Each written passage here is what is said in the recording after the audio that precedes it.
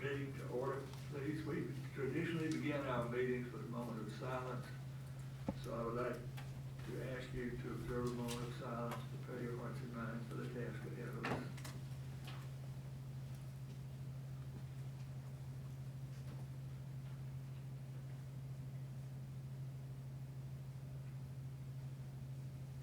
Thank you. Let's all stand. Recite the pledge. Pledge allegiance to the flag of the United States of America and to the republic for which it stands, one nation, under God, indivisible, with liberty and justice for all.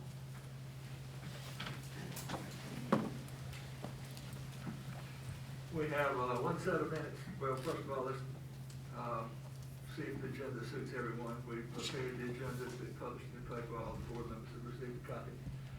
Are there any recommendations for changing anything added? If not, hearing none, we will approve the agenda.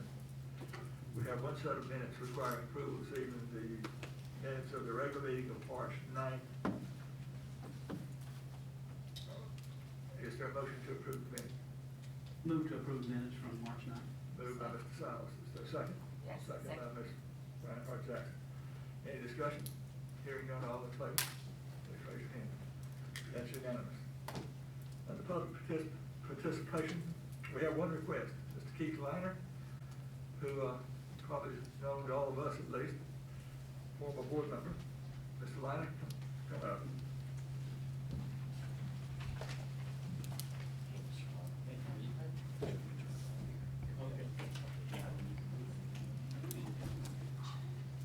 Thank you, Mr. Chair, board members, Mr. Lawrence, district staff, and public. Just want to talk about some budget suggestions with you all tonight. And we have been working on these budget considerations since 2019, and the intent was to bring them to the board last year during the budget cycle, but we were kind of overcome by the pandemic. And you'll see on the slide here that they're broken down into non-recurring and recurring items. And I'm going to go through these pretty fast because I know my time is limited, but you all did get a letter over the weekend that has more details on each one of these. And if you have any questions, I'm here, and I have some folks that helped put this together here. We're available to answer questions if you'd like tonight or during the budget process. So we have two sets of suggestions here, non-recurring and recurring. And the non-recurring items are typically a little bit easier to swallow or easier to handle because they're one-time expenditures. The recurring things would have to be worked into the annual budget. But you'll see in the letter, and I'll try to point out that the recommendation is to use fund balance for the non-recurring items and also to maybe jumpstart some of the recurring items if you had to. Just moving on. So we'll go over the non-recurring funding suggestions first of all. So the first is band and orchestra instrument funding. This board has always had a commitment to fine arts funding in the past, and there is a line item in the annual budget to support some fine arts funding. And in the past, this board has used some one-time money to kind of support the band and orchestra programs with uniforms and instruments and stuff like that. But you know, that one-time money and the annual money just isn't enough to meet the needs of the students that participate in these programs in the district. And in the letter, you'll see some pictures that are indicative of what I'll call house instruments. These are instruments that are pretty expensive, and typically the students use the instruments provided by the school, and they're in deplorable condition. Some of them are 30 years old. And to continue to energize our students for the fine arts, it would be helpful if the district could allot some one-time funding to purchase some band and orchestra instruments. And you'll see the recommendation in the letter is $25,000 per high school and $10,000 per middle school for a total of $285,000. And that was kind of a number that we came up with that seemed pretty reasonable. And most of the numbers that are in the report have something to back them up, either a report or a proposal or something like that. So that was the proposal for the band and orchestra instrument funding. The next one is library circulation funding. I'm told that our media centers are just full of excitement now, and they're getting more use than ever before. And I think that's really a testimony for the initiative that the district had for reading for our students. So our students are energized and they're excited about reading. So we need to make sure that we give them adequate resources to continue that excitement. The South Carolina standards for library circulation rates libraries in 3 categories: at-risk, basic, and exemplary. So this board in the past had provided some one-time funding to get most of our libraries to that at-risk level. So we still have some libraries that aren't even at risk in our district. And most of the elementary schools are there, but mainly the middle and high schools aren't there yet. So, to keep that excitement for reading with all of our students, from kindergarten to 12th grade, it would be great if we could just arm our libraries with the best of materials. So the suggestion is to move all of our libraries from where they are now to the basic level, the medium level. And some numbers for that you'll see in the letter is $52,000 for elementary school and $1.1 million for middle and high school. So at least the elementary schools and some funding for the middle and high schools would be really a good thing to do to maintain what the district has been doing with reading. So those are all non-recurring funding suggestions, and those could all be done through the fund balance. And I don't know the exact number of the fund balance now, but there's probably sufficient amount of funds in there to support this level of funding. Okay, so now let's go through some recurring funding suggestions, and I think this first one is kind of a moot point because I think you're all going to vote on it tonight, which is really a great thing. So I'm just going to say a couple things about this, is that, in the past, we froze the step for our employees, and it stayed frozen for 5 or 6 years, and we just can't let that happen again. I mean, these folks can't be subjected to that again. So I would urge you to vote for that and to reinstate the step, and then also to continue the efforts to add steps to the teacher scale in particular. So the next one is athletic startup funding. The district only provides money for the supplements for the athletic program. So most of the athletic programs, or all of the athletic programs in the district, rely on their gate receipts to supply or to provide what the needs are of their sports teams. And for the smaller schools, that's probably a little hard because the booster clubs aren't there to help as much. So this proposal would be to provide some startup funding for these schools because they're waiting on gate receipts to accumulate throughout the year so that they could buy these sports equipment. So sometimes at the start of the year, they're kind of strapped for cash. So if there was some startup funding available for these schools, that would be helpful. And this year is probably going to be even worse because we've been limiting the amount of folks that can come to the games or to the performances, so they have even less money. So the proposal would be $20,000 for high school and $5,000 for middle school, which is a total of $195 for, and that would be something that would be in the annual budget. So, some of the schools that have established booster clubs are better off than the smaller schools. So this will really benefit the smaller schools. These next 3 items are pretty much similar, but I'm going to go through each one individually. The addition of athletic assistant coaches. What I understand is that our district doesn't fund assistant athletic coaches to the same level of other districts throughout the state. So what we're saying is we have less assistant coaches than other districts our size. And that puts our sports teams at a real disadvantage. I mean, I'm told that some of our teams don't even have an assistant coach. So if something happens to the head coach, then you're looking for some volunteer to come up and run the practice and stuff like that. So the proposal would be to do a benchmark with other districts to see how we compare with others and see how many coaches to add or that should be added. And also at the same time, that rolls into that evaluation of athletic supplement funding to see how our supplements compare to other districts too, with how much they are. And we know that they're lower than other districts, so that makes us a little bit less competitive when we're trying to attract coaches. So the idea would be to do a benchmark study and then see where we are and then implement that over 3 years. But if you really wanted to start now, I'm told that the ADs have a proposal that they submitted to add coaches and also to increase the supplement. So you could actually add the coaches now, and I'm told that from the documents I had is that would cost about $150,000, and increasing the supplements to the level that the ADs had submitted would be about $500,000, about $550,000. So going hand in hand with this is also the addition of band and orchestra supplements. Again, we only provide a limited number of supplements to the band and orchestra program, so they try to split that supplement up between percussion, choreography,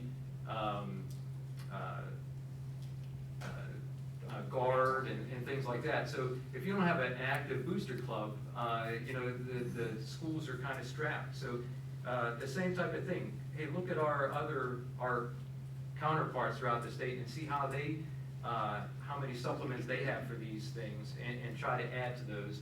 And then if it's something you can't swallow in 1 year, then implement it over a number of years. And I kind of just threw out a number for this one. It's about $70,000. I think would probably be about we have 7 high schools. I hadn't really thought of the middle schools there, but if you $10,000 per high school, that's probably pretty reasonable.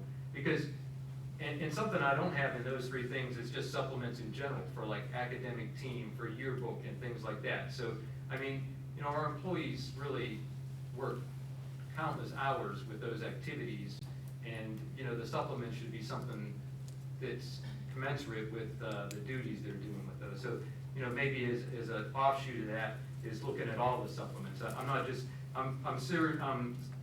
Focuses on these because I had some good numbers and some folks helping me, but all the supplements in general. Okay, I'm a little bit over, but I'm giving you about 30 more seconds, Dr. Bradley. Okay, so the last one is the evaluation of the salary schedule for bookkeepers. Our bookkeepers are really a vital cog in the wheel of maintaining our standard of financial status, and they have a high level of responsibility. They handle local funds, district funds, and they also take on a lot of collateral duties. So it doesn't seem that the duties of the bookkeeper are commensurate with the other jobs in their job category. So the suggestion would be to evaluate that job category of the bookkeeper to see if it would apply in a job category that had a little bit more compensation. That's all I had. I apologize if I went a couple minutes over, but like I said, if you have questions, you can reach out to me. There's some folks in the audience that have helped with this, and that's it. Thank you, sir. Mr. Rhodes, I think you have, Mr. Rhodes, Mike? Yes, sir. You think you have somebody to introduce to us tonight, a special guest? Or maybe Mr. Lawrence?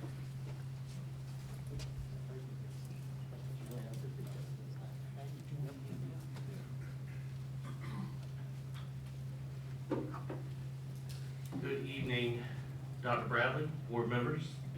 Mr. Lawrence, if you could join me, and where did she go? Ms. Warden, come on up. I will give each of you something to hold so you don't get,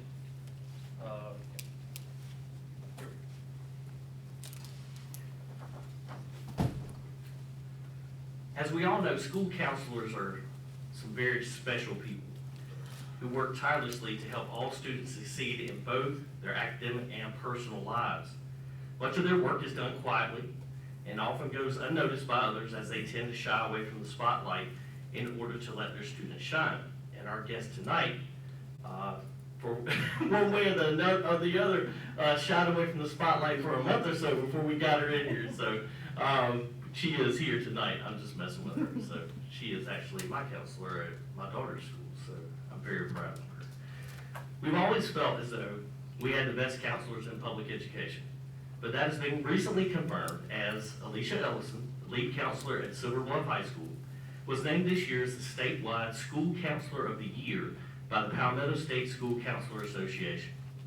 As the High School Counselor of the Year and then Statewide School Counselor of the Year, she will represent not only our district, but the state of South Carolina during the American School Counselor Association Conference next year.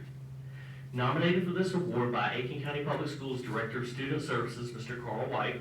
He's here as well tonight.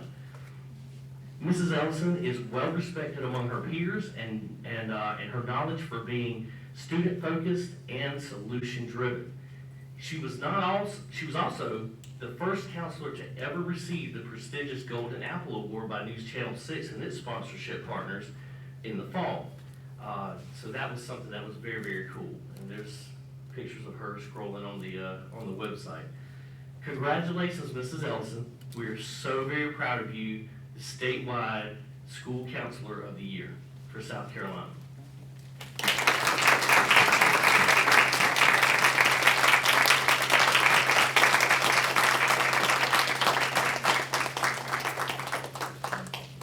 Would you like to say anything?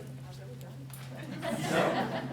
You sure? All right. She doesn't. I'm not gonna push her into it, or else we may have a longer IGP meeting next time than was necessary. We'll take a couple of pictures here.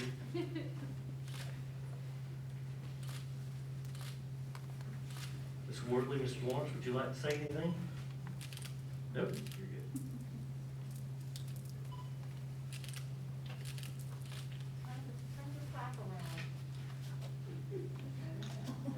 There we go. All right. There you go. Right. Thank you, Dr. Bradley. That is all for now. I'll be back in a little bit. Well, thank you. So glad to finally have you with us. Appreciate it. Congratulations again. On the Office of Board Chairman, you will find in your purple folders a stack of policies. I'm asking that you, board members, read those policies before the next meeting, and we will be meeting in executive session with our attorney for some legal advice on those policies at our next meeting, not the budget workshop, but the 20th, April 20th meeting. The informational items, the first item we have is the assessment information and Srt Proposal. That's business government. So,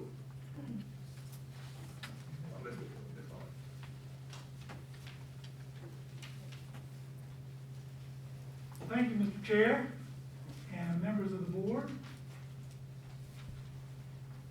I talked to Ms. Olin just before. I hope I didn't scare her when I spoke to her before the meeting.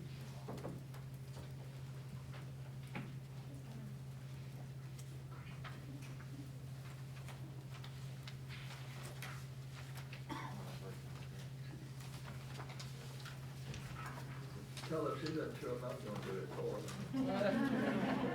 Tell her to give her great encouragement to them.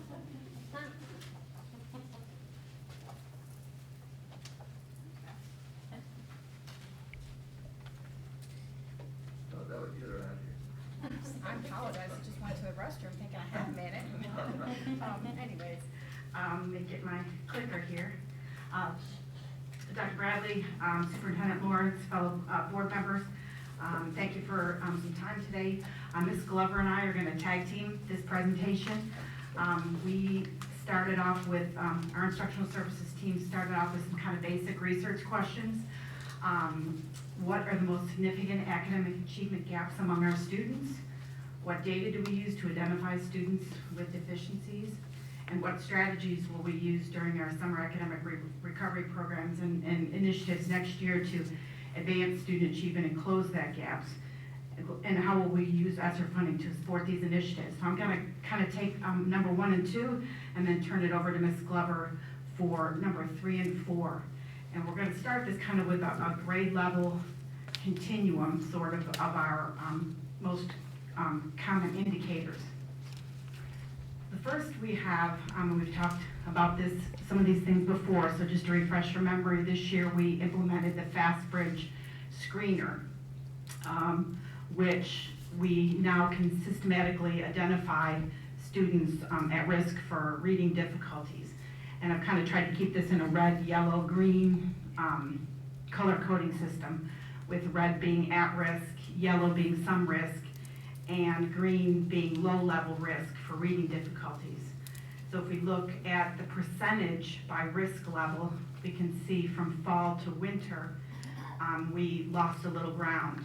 In the fall, we only had 19% that were at the highest risk level, but by winter, that grew to 35% in kindergarten. It stayed relatively consistent from fall to winter with the first grade. And that is also kind of keeping with national trends. There's been a couple studies that have been released, the first one by Dibbles, where they looked at about 400,000 students across the country in 41 states, something like 1,500 schools. And where last year we had 55% nationally that were, on grade level reading. This year that fell to 37%. And in first grade last year, 58% fell to 43%. So we're relatively consistent. NWEA also did a study.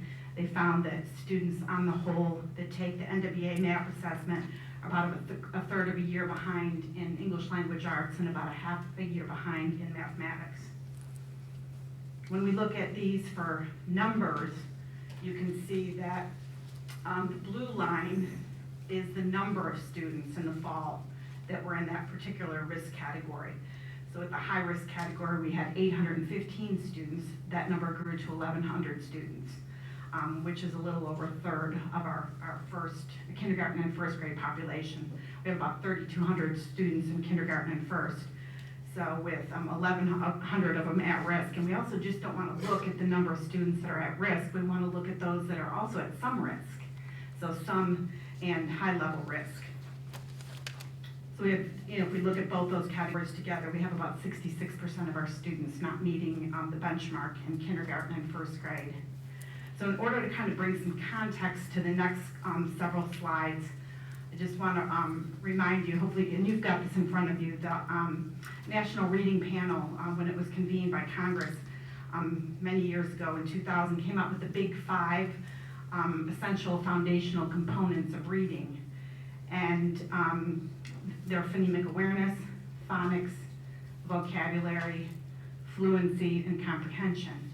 And so that Fastbridge assessment, for the first time, we have a systematic way to identify these skills and where students are with these foundational reading components. The 1 through 5, some people kind of confuse it, that that's a grade level thing, first, second, third, fourth, fifth. It's not. Those are the 5 components. And if you look within the circle, you can see that preschool, kindergarten, and first grade, we're focused on phonemic awareness. Initially students are focused on just basic concepts of print. This is how you hold a book. We read from left to right. This is how we turn the pages. But then phonemic awareness starts. That the language is comprised of individual sounds, the relationship between those sounds and letters. We get to vocabulary, the breadth and depth of the words we must know in order to communicate effectively. And then fluency, in second and third grade, ability to read text quickly and accurately. And then finally, comprehension, to understand and gain meaning from what we've read. So we're fortunate to have that screener. So we can tell this year in kindergarten, this assessment is administered to kindergarten and first grade students and identified students in second grade, high-risk students. Letter sounds, upper and lowercase letter ID. We have about a third, you'll see this pretty consistent, a third of our students at high risk in letter sounds. Onset sounds, that initial consonant or phonological unit, we have about a quarter of our students at high risk. And in these slides, you'll see that I try to keep the numbers of students on the bars and the percentages on the right. For word segmenting, breaking down the words into sounds act, we have lower numbers, a little over a third in the high risk category. But if we add that, we've got over 70% having difficulty with word segmenting. And we have nonsense words. This is actually nonsense words is a key indicator of dyslexia. dyslexic children often have difficulty, decoding nonsense words. But we have, again, about a third in the high-risk category and 25% in the some-risk category. First grade, also nonsense words, and then we introduce sight words. So to eliminate the need for students to stop and try to decode them, they want to know a certain number of sight words so that they can free up their processing power in order to, focus on less familiar words. You can see those as well, again, in the a third of our students in the high-risk category. If you add the some and high-risk categories, we have 70% not meeting benchmark in nonsense words, and almost 65% in their sight words. Word segmenting, again, in first grade, a little over a quarter at risk with word segmenting, and then we introduce a curriculum-based measure in first grade of reading efficiency. It's a curriculum-based measure where a student has to read a grade level passage to see if they can read it efficiently and effectively, and to help reading comprehension. And this is the first time you'll see 4 categories. We have a certain number of students above,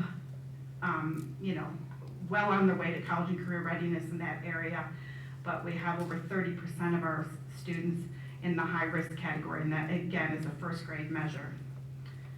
If we move to math skills, again, assessed with Fastbridge, very similar trends that we saw in reading, but more significant at kindergarten than at the first grade level. In the fall, we only had 20% of students at risk in kindergarten, but that moved to 29% this winter. And we picked up 2% at the high-risk category in math from fall to winter. These are just overall at-risk levels. If we look at specific skills, number identification, almost 60% at the some and at-risk category for number identification, a key skill in developing number sense. Number sequencing and decomposing, that numbers are in sequence, what comes before, what comes after.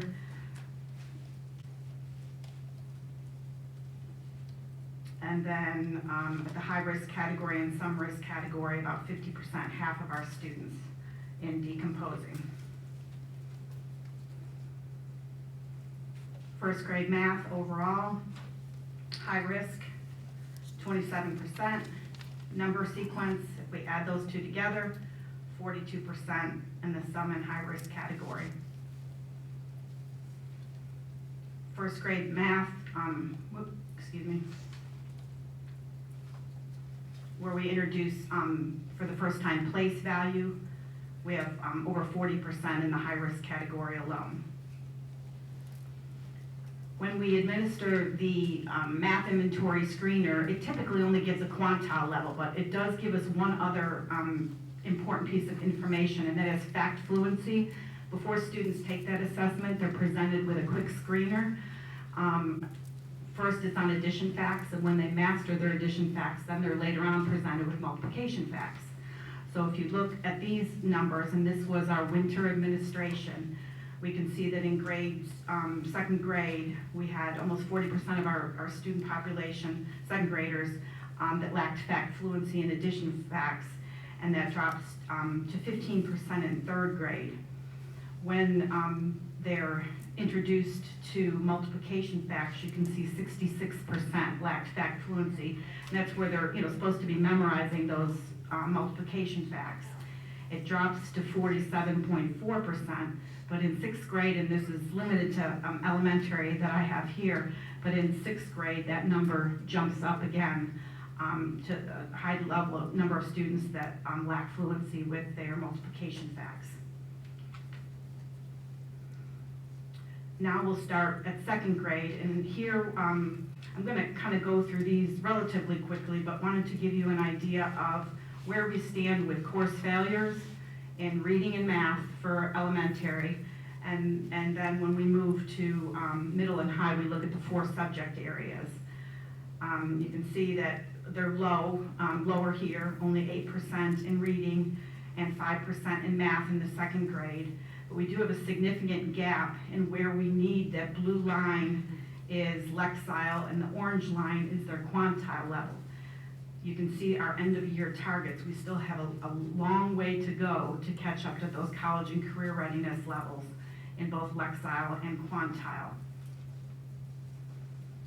Our benchmark, Q2 benchmark data shows our biggest gaps in reading, overall structure and narrative, math using analog and digital clocks, place value, and you can see that it was interesting, I thought it was interesting that at our 2nd grade, you can see the same gaps that we identified in our Fastbridge Screener. Different grade level, we only gave it to our high-risk kids, but similar gaps in understanding place value.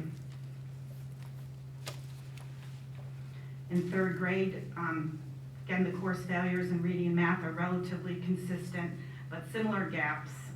We'll begin testing reading inventory and math inventory again mid-April, so we'll have our spring data that we'll be looking carefully at. And I do anticipate that students will pick up some points, but still we have a long way to go to get to those spring end of year target levels for college and career readiness.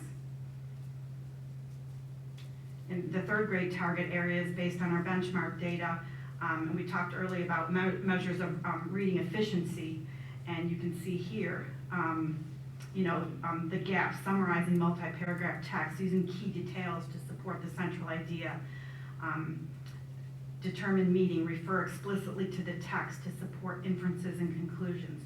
But if a student is lacking reading efficiency, they're not going to be able to do that because their cognitive power is all going to trying to read the text to determine the meaning and summarize. In 4th grade, you'll see that our numbers, failures in math climb a little bit over 2nd and 3rd grade. Similar gaps in both Lexile and quantile. Gaps in 4th grade target areas, again, nearly identical to 3rd grade.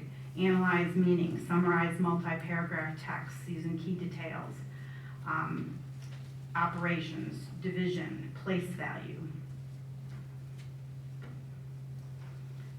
5th grade, similar on course failures, and the gap starts to close in Lexile and quantile.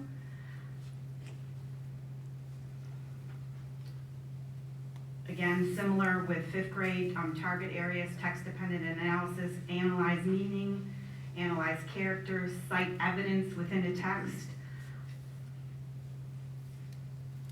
And when we get to 6th grade, we start to really see the jumps in course failures. Up to 16.3% of students at the end of S1, the first semester, were failing in math, 7.3% in ELA. And that gap on Lexile and quantile is closed, mainly because those students have already learned how to read and basic numeracy skills. But you can see that they have definitely increased compared to elementary grades. 6th grade target areas, properties, the associative distributive properties, using commas, basic conventions of standard English, capitalization, punctuation. When we get to 7th, you'll see a big jump, 11% increase in failures at ELA, 2% additional in math. Similar weaknesses, virtually identical from 6th grade in ELA and math. 8th grade, you'll see those course failures again climb in ELA and math, and Lexile and quantile does narrow. Science and social studies, 15% failing grade. 8th grade weaknesses are in text-based analysis, again, text-dependent analysis, and exponents and math. And then we get to high school. You'll see here an exponential jump in course failures. Over a third in ELA and math, and almost a third in science and social studies. And I think it's really important that we understand here too that it's not necessarily that students just aren't mastering the content. In some cases, this is students not turning in work that has resulted in failure too. So it's a combination of those as well.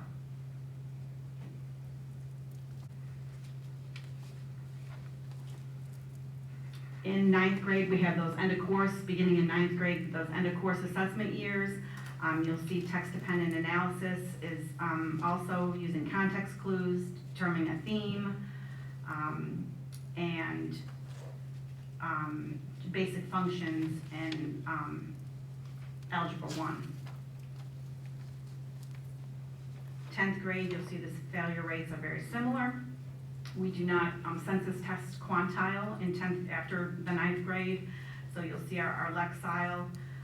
We do have a ways to go there for the end of year, but again, much narrower than at the elementary grades.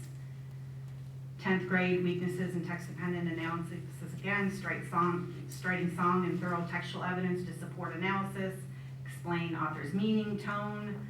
Biology is models, analysis and interpretation, presentation of data are big areas of weakness. 11th grade, very similar. And when we look at 12th grade course failures, they're down comparatively. 9th through 11th are our highest levels. When we look at course failures after the first semester by modality, this is a question that's come up a lot. This is the first slide is here is English language arts, and that blue line is those that participated in Aiken Innovate. The orange line was face-to-face, and you can see how much higher the course failure rates are those for participating in AI than they were in face-to-face. Again, some, the case is some students just aren't turning in work, and some is definitely lack of mastering the content. And a similar trend in math, much higher. You can see in 9th grade, 58.4% failing a math class. Those participating in AI were a quarter of those face-to-face, so double increases. So that is a quick summary.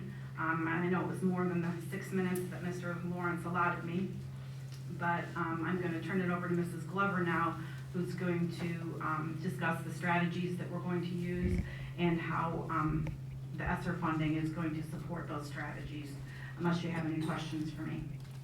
Anybody have questions for Ms. Owen? Explain.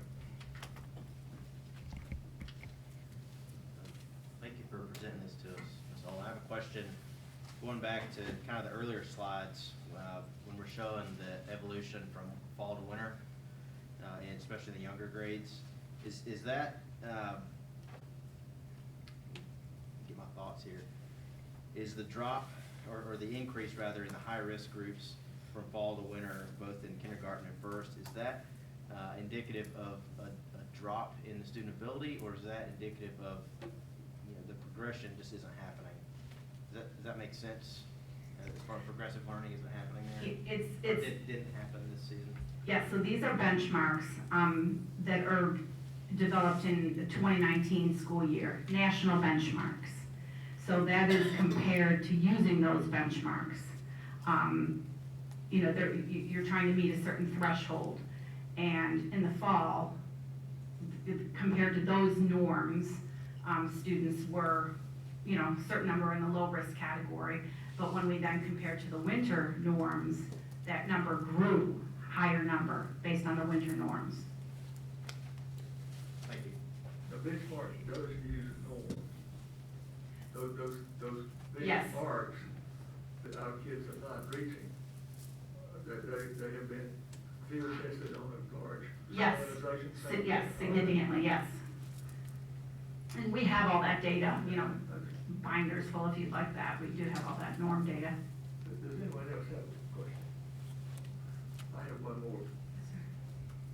What this data is telling us is that over a third or more of our kids are not where they should be. That's right. Both in fall and winter. It grew from fall to winter, yes. Our most recent data says, just generally, yes, about a third of our students are behind, and that mirrors what people are seeing nationally. I mean, the pandemic has had, I don't want to say crushing, but a significant impact on student learning, and we can see it in reading and in those 5, key foundational skills.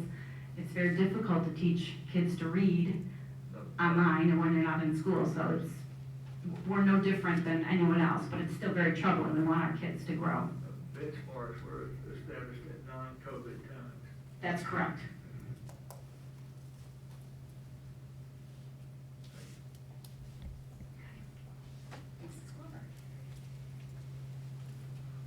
Good evening, board members, Good evening. Chairman Bradley, members of the board, Mr. Lawrence. So Ms. Olin has shared some data with you, and based on this data, we'd like to present the following Srt proposal, which is on the agenda tonight for your consideration and approval as one of the C items that Mr. Traxler will share in a little while. So as you know, there are 15 allowable uses of the Srt funds. The Instructional Services Division has focused its spending plan primarily on 2 of those uses, after-school summer programs and a focus on learning loss. So our first activity that I wanted to share with you is after-school and or Saturday school. The total budget for this activity is approximately $1.1 million, and this will cover 3 semesters, spring 21, fall 22, and spring 23. Our data at the end of the first semester showed that 13.7% of elementary students, 11.6% of middle school students, and 13.9% of high school students were failing at least one course. Ms. Olin also shared with you the data regarding the number of students in the early grades who are deemed at risk based on the Fastbridge Screener. So in an effort to help those students catch up and recover content or master skills that they need to master, we recently began our after-school and or Saturday school programs. In these programs, our teachers are using school-based resources and materials to provide support to their students. These things include support on assignments given in class, assistance on assignments that they may have had in Schoology or in virtual programming, and reviewing material from tests they've taken, just overall tutoring and assistance, reviewing math facts, letter ID, those things that Ms. Olin mentioned. This activity has already begun because any extra time that we could find to support our students we knew was extremely valuable. So we did get started with that already. Oh, I apologize. As you can see, as of 3/17, the numbers that we had being served, but as of last night when I pulled this information, we have 1,672 students who are being served with 222 teachers providing services to those students. The next activity included in our proposal is a summer academic recovery program. We've nicknamed it SRT. Not very pretty of a name, but Summer Academic Recovery Program, and it's for all levels. This falls under the 2 Srt funding categories of summer learning programs and or learning loss. So the approximate total budget for this activity over a 3-year period or over 3 summers is approximately $9.8 million, of which approximately $2.6 million will go to salaries of teachers, aides, nurses, school counselors, and bus drivers. Approximately $1 million will be used for supplies for this summer and $500,000 the remaining 2 summers.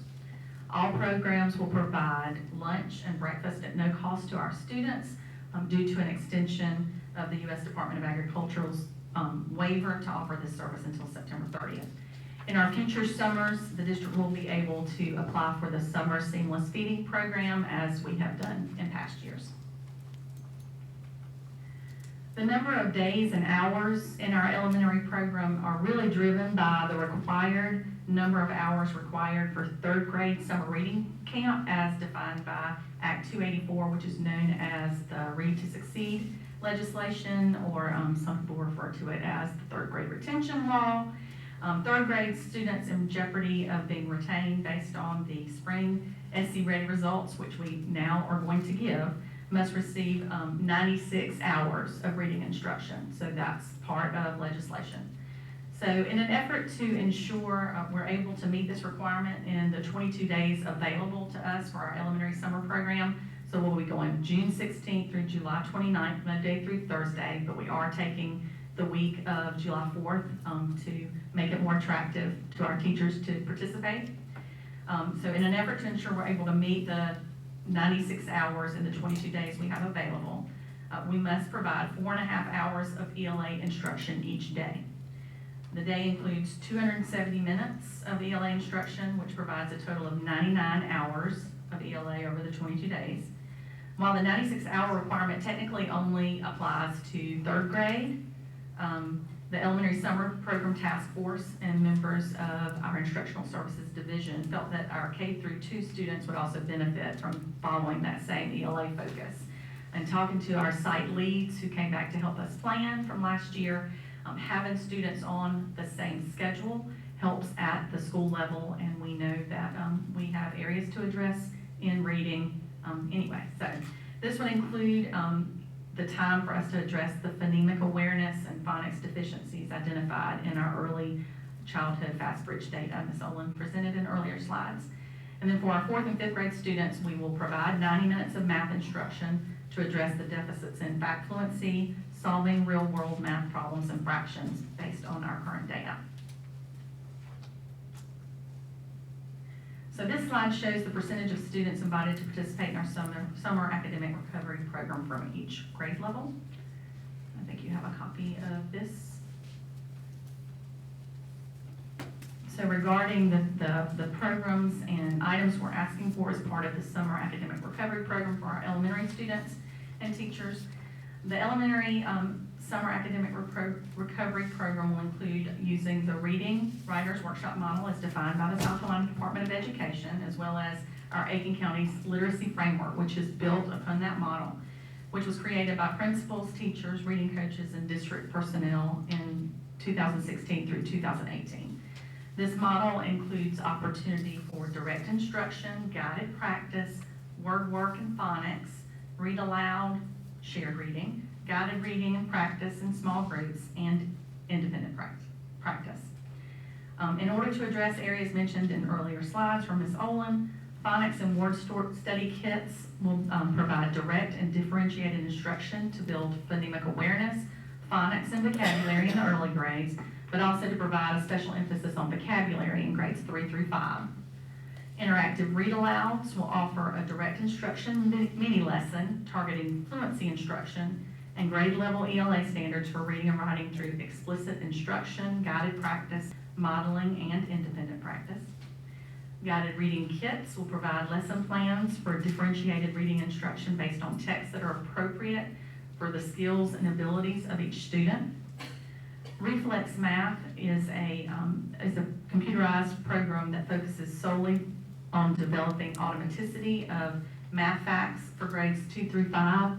We're currently using that, or we used it last year in Quest Zone in our after-school program and saw great results with it. So we'd like to continue that, and the after-school company paid for it last year to use as part of their intervention, but we'd like to have that for all students in grades 2 through 5 who participate in this program. Do the Math is a teacher-directed small group differentiated intervention program with modules focused on everything from numeracy to multiplication and division. So it is, it's a paper-based module program, but it's teacher-directed. Fastbridge data will be used to determine which modules the students need in that program. And we've used this program in our summer programs previously, but we'll need to replenish our consumables and purchase additional kits for having additional sites, because every site, except a couple where we're having maintenance this summer, Warrenville and Millbrook will be having their own summer programs because of the number of students. We would also like to provide books to our students who attend as part of a book fair during the summer program. This helps to serve as an incentive for students who attend, and they enjoy picking out those titles they want to take home. And schools would be able to use any of these supplies that aren't consumables during the school year with their students. Our summer academic recovery program also includes supplemental supports for our students with disabilities who may need compensatory services, COVID recovery services, or extended school year ESY services. We are requesting to use these funds to provide a curriculum that can be used during the summer as well as during the school year, based on our data and recommendations from the State Department of Education through its system of tiered assistance. Early childhood outcomes related to rates of growth for those students while enrolled in our preschool SPED classrooms was cited as an area in needs of improvement. Additionally, outcomes of our students with disabilities with regard to ELA and math summative assessments was also noted as an area to address. And finally, the readiness of our students with disabilities in preparation for life, work, and post-secondary education are areas in need of growth. The curriculum proposed to meet these areas, particularly in the area of soft skills, is called Teach Town. We have Teach Town Meta Play for the youngest learners, focuses on fostering imaginative play and social and cognitive skills in young children. Then there's Teach Town Basics, which has a focus on academic, cognitive, and social emotional challenges that students with those developmental delays, intellectual disabilities, and autism spectrum disorders. It helps to meet their needs through teacher-led and computer-delivered instruction. And finally, then there's Teach Town Social Skills, which focuses on helping students improve social interaction, increase emotional intelligence, and build self-management skills. Next, we have our summer academic recovery program for our middle school students. At the secondary level, for our middle and high school students, we're focusing mainly on students who are in need of credit recovery or to help them pass their classes. So we're targeting students who are in jeopardy of being retained. Teachers will focus on priority standards and content that needs to be recovered in the 4 core courses. And these programs will be held at each of the middle school sites. We will also have a middle school math program to give students who struggle an opportunity to get a jump start on the year. So we're calling that middle school jump start math, and you'll also see that at the high school level. And we'll target those students who have math skill deficiencies and bring them in prior to school start and give them a jump start on math. At the middle school level, the State Department has a program that is free of charge that they're allowing us to use. And so our middle schools have been using that in their after-school programs to pilot it. And they are also looking at using a pre-rotation model to give students an opportunity to have small group time with teachers, as well as some computer-assisted instruction time, and then some whole group instruction. So I think I mentioned earlier, I'm going to mention it in just a minute about computer-assisted instruction, but the middle school will either continue to use our existing computer-assisted instruction program, which is called Admentum, Exact Path, as part of their summer program, or they could possibly have the opportunity to use a new computer-assisted instruction program depending on the timing of that purchase. For high school, again, we're focusing on those students who need to recover credit, and the content will be delivered through a virtual platform, but we're going to have teacher assistants on site. Since we have so many courses at the high school level, it would be difficult to have a teacher for every course, but we will have teachers there who are content experts, and they'll be there to provide assistance to students as they work in the virtual platforms. We will have a face-to-face program, and the virtual program will ask for students to come in to complete the programs virtually, but teachers will be on site to assist students. The Math Bridge program and the Algebra 1 Recovery program, both of those we want to do face-to-face for those students who need assistance in math to jumpstart the year. and to recover Algebra 1 credit. We currently have a program in place for Algebra 1 credit recovery, and we use a course that's given to us through SREB.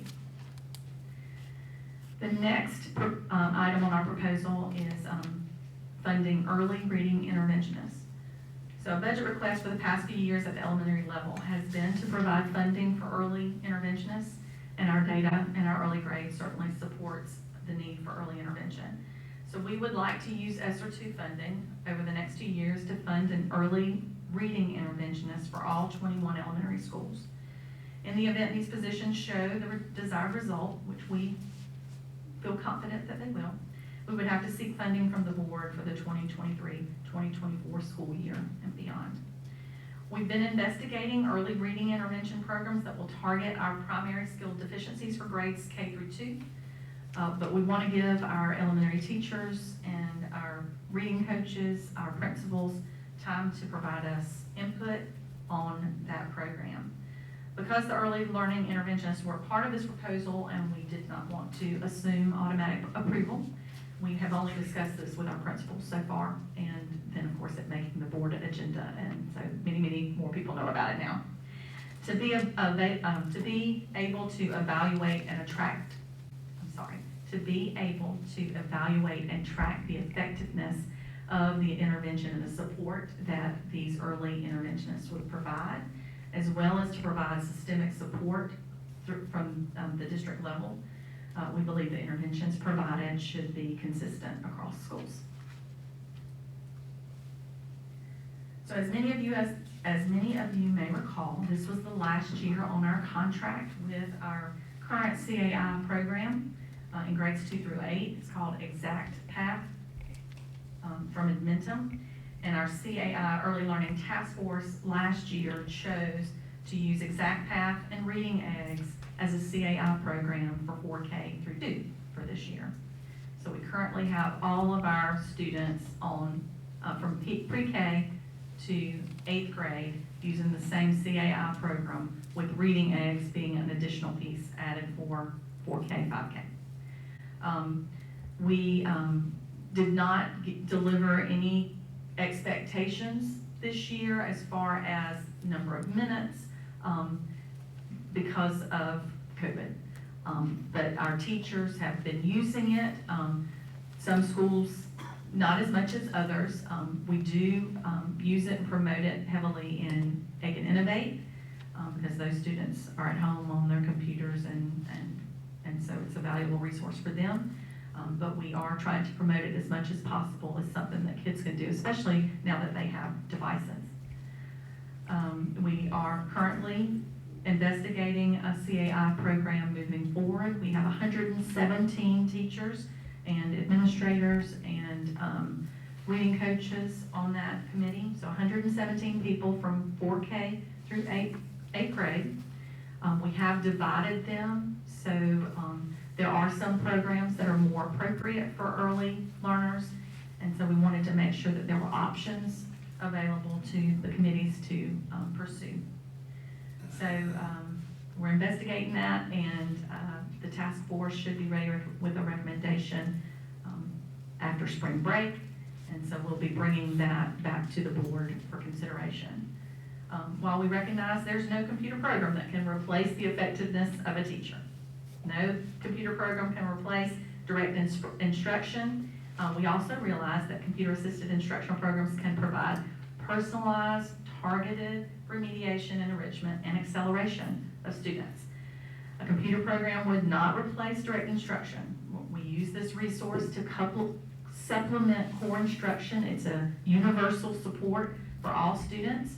It helps scaffold a student's ability to work independently, and it also offers teachers the opportunity to work with students in small groups or one-on-one while students are working in their computer-assisted instruction program. Teachers are provided with instant feedback from computer-assisted instruction programs, and teachers, school-level administrators, and district-level personnel are able to have additional data points for how our students are performing as a district, school level, grade level, classroom teacher level, and the student level.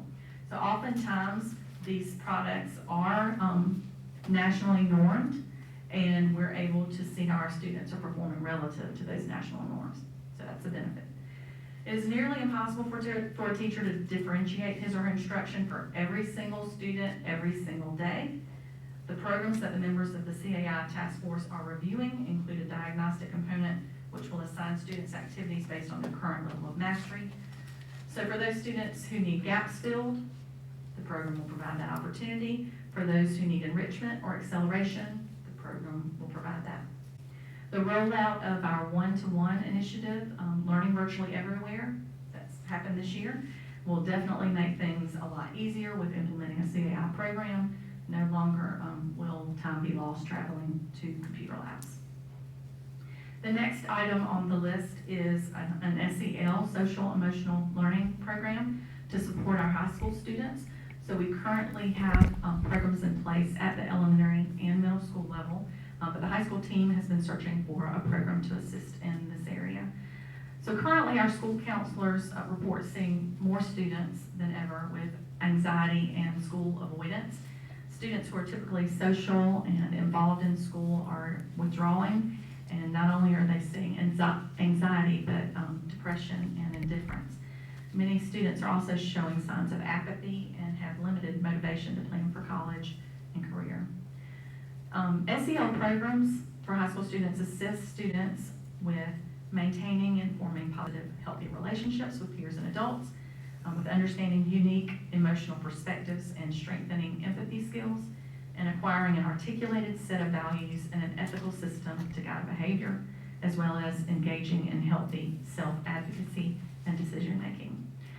Teaching students these skills can help them manage life challenges earlier and in a healthier way than possibly engaging in any self-harming behaviors.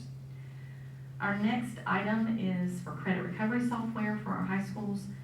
These are programs aligned to our high school credit courses, and the South Carolina Department of Ed recognizes these as meeting content expectations.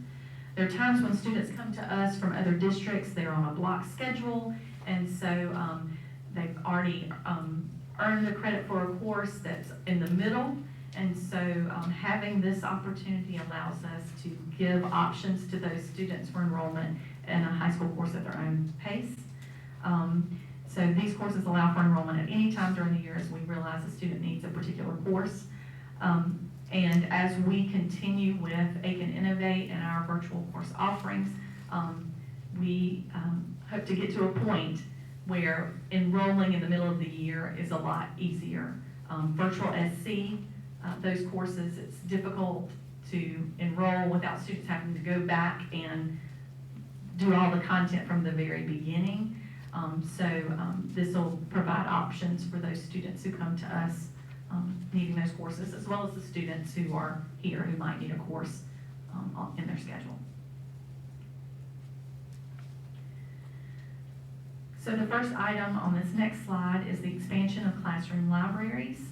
We used funding approximately 12 years ago to assist with expanding classroom libraries for classroom teachers, and this is definitely a need again. Our students need access to texts for independent reading time. Learning A to Z is an online platform that provides digital texts for classroom teachers and students, so it's text.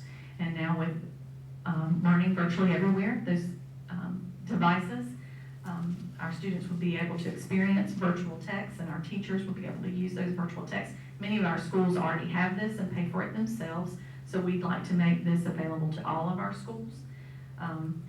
And hard copy texts are important, but our students do need to know how to experience virtual text to prepare them to be college and or career ready. Quill is a program many of our middle and high school teachers have requested, and some of our schools are using the free version already. The free version doesn't provide access to the reporting features that would enable teachers and administrators to monitor progress. So this platform is all about grammar instruction and practice, and it targets specific skills that are on the AP Lang, ACT, SAT, SC Ready for ELA, and the English 2 EOC exam. The next item is one of my favorites. You may remember the weekly reader. I know I looked forward to it as a child every week. The Social Studies Weekly is the new version of the weekly reader. It's aligned to the new social studies standards for each grade level, which will be implemented next year fully. We dabbled in the new social studies standards some this year. So it's aligned to the new social studies standards, and as the state moves to possibly incorporating social studies standards into ELA assessments at the end of the year, we'd like to incorporate this resource into our summer programs first, not only to help recover social studies and help to recover and reinforce social studies content that might be needed, but also to reinforce reading skills. We've got the text features, reading for information, main idea, the vocabulary. This is a request to use in our summer programs and then on into the school year. Middle level life science standards require students to investigate, observe, and describe cellular structures in microscopic life. We need science equipment in our middle schools. That's something we're lacking to help us ensure that students, especially our low-income students, our students with disabilities, our English learners, that they all have access for quality lab experiences. The AP course writing software targets the group of students who are taking courses such as AP Language and AP Literature, but they may need additional feedback and support on their writing. Receiving feedback from this external source creates test-like practice experiences and facilitates building consistent and teacher-created feedback. So this is an extra layer of support and feedback in writing for many of our students who wouldn't otherwise receive it. Currently, we have 30% of our students in AP classes that have a C or lower. 11.3% of our students were failing at the end of the first semester, and that's 295 students. I'm sorry. Brainpop. Brainpop is a digital resource that uses engaging learning games, animated movies, and activities to promote relevance, depth, and humor to explain difficult and abstract concepts. Many of our schools, again, use this resource, but all of our schools do not have it. And when our curriculum teams have met over the past couple of years, these are things that they include as resources, optional resources in our curriculum. And so teachers who have been bitten by the Brainpop bug definitely want that resource in their classroom to be available to them. Many of our schools use it, and we've used this resource this year for AI. And when some of our teachers went back face-to-face and found out that they no longer had it anymore, we had to quickly remedy that situation. So again, I mentioned that some schools purchase it already, and we just like to make sure that all students and teachers have access to it because it is very engaging.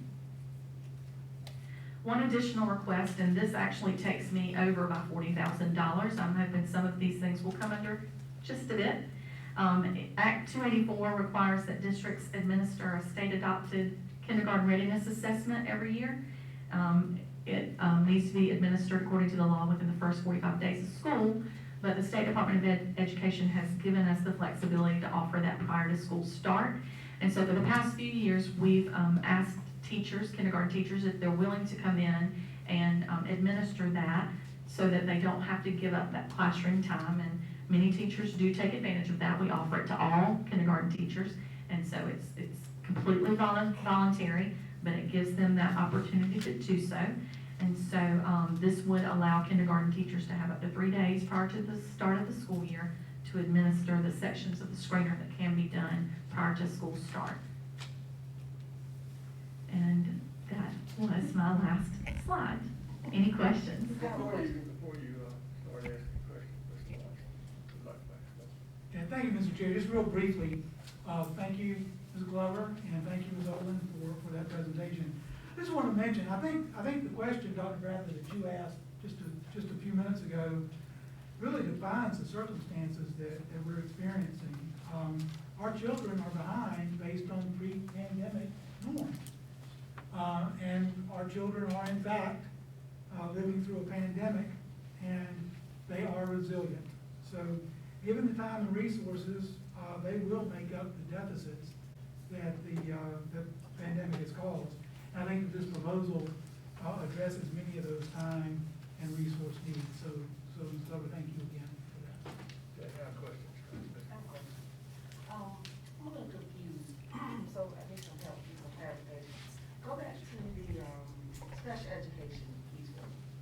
And tell me about this Teach Town. Now, am I to understand that resource students, or students with IEPs are going to be getting this particular curriculum just for the, by itself for the summer? Explain it to me.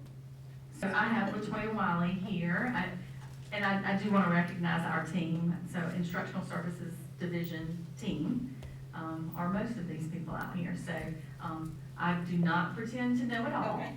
And we have all worked to develop this presentation. LaToya is our Director of Special Programs, and so she's going to speak to Teach Down.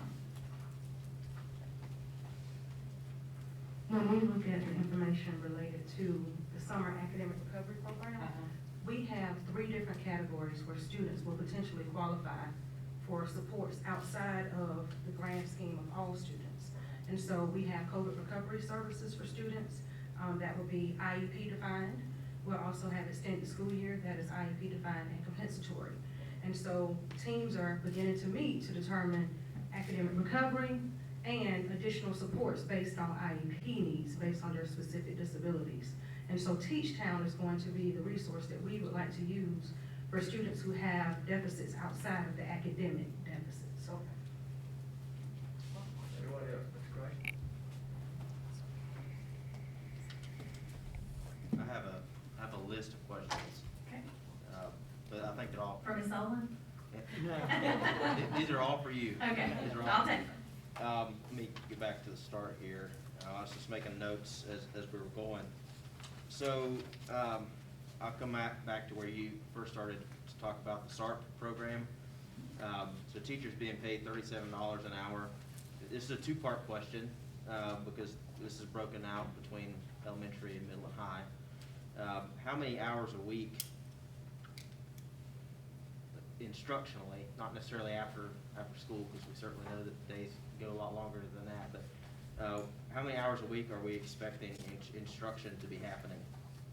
So it's 6.5 hours of instruction for elementary a day, and the middle and high are going full day as well, for summer. Full day programs, 6.5 hours of instruction per day. So that means the teacher might be there 7 hours. If they're a lead, they might be there 7 hours and 15 minutes. Okay, so sort of in addition to that, what time are we starting the day? Elementary is 8 o'clock. 8 o'clock start for But 7:30 breakfast. 7:30 breakfast. And then 8 o'clock starts the instruction. Is that the same in middle and high? It is not. We start at 8:30 for instruction. And the reason we have those staggered times is because of busing. Right, that makes sense. So that actually answered sort of the third piece to that was, I know we're doing lunch, are we gonna do breakfast? So yes? Yes, And yes at high school? Yes. yes. Okay, thank you. And I think you answered this while you were going, but which campuses are we doing the elementary program? Every campus? Every except for- campus except Warrenville, they're having some work Because of done, Densmore. and Millbrook, because of their extensive. Because of the construction. Okay, so that's good. I'm gonna jump down now under the software list, the additional instructional programs and supplies. I know you said this on the Quill software, that a lot of our teachers are already using that, so I'm gonna, in my head, put a check next to that's sort of teacher approved already. With some of the other software that's been discussed, just sort of high level, we're getting some teacher feedback and input there? Absolutely, yes. So, these programs were not, ISD, Not created in a vacuum? no, nothing came from, everything here came from teachers. Everything in here is either already being used in classrooms by teachers, that it's. And I love that. That's great. Under the science equipment, $30,000 doesn't seem like a whole lot to me. What equipment are we talking about, and how many schools is that actually gonna? It's microscopes, and some of the slides, those kinds of things for the microscopes, and it's 15 per middle school. Okay, all right. So that does go pretty far then, actually. That's all I had. That's kind of a random list of questions, but a very thorough proposal. I feel like we can certainly probably parse a few more hairs on it, but I think y'all did an excellent job with this, so thank you. Dr. Hayes, Mr. Silas, and Mr. a quick question and an easy question. Looking at the modality for semester 1 and for English and math, we've sort of been asking this, and I think we all knew that the numbers and the differences between AI and the face-to-face was going to be big, but this is huge. So my question is, it sounds as though you have an invitation to students. Does that mean a letter is going home, sort of discussing where they are and suggesting that they do these? So we can't make anyone. I mean, we could certainly hold over their head, if you don't come, you don't pass this class. If you don't come, you're going to be retained. But we can't force anyone to come. And all of those who have failed a class, so we haven't sent out our middle and high school invitations yet. And we also, as we're sending out invitations, the principals and teachers can still recommend students who need it. So even if they're not failing, and at the elementary level, you know, it's not just course failures, it's those at-risk students at the K through 2 level. We still gave the opportunity for principals and teachers to recommend. But the elementary school, they've gotten letters, they've gotten robocalls and emails. So. And I think you've already answered my question. We don't have an idea yet as to the number of AI students that are going to be responding or have responded that they're going to participate in these programs. So we do have, we've invited them, but the response so far has been low for AI students. Around 22. Just around 22. Out of 400 so far. 22? Out of the 400 that we invited in elementary. 5%. And we'll continue to invite and encourage, and, you know, so we want kids to come face to face, but we will offer a virtual offering if we must, because we want the students to get the services, but we're gonna try our best to get them face to face. And the last thing is just a comment to you and Ms. Olin and the entire team of instruction people here. Thank you guys so much. This is a fantastic presentation, and we appreciate this data and this package. This is wonderful. Yeah, ditto that, Dr. Hanks, and I'm glad you asked about the invitations, and hearing those numbers, it sounds like some may need to turn into summons instead of invitations, yeah. And the KRA may answer a part of this question, but how and when will we know our ROI, our return on investment? How and when will we know if we get what we pay for? So for the summer program, I mean, we'll have data for you at the end of summer. And as programs finish, at the elementary, middle, and high, we'll definitely provide information to the board because we want to keep you informed. And we too are concerned about return on investment. For the others, for the early interventionists, it'll take a little longer.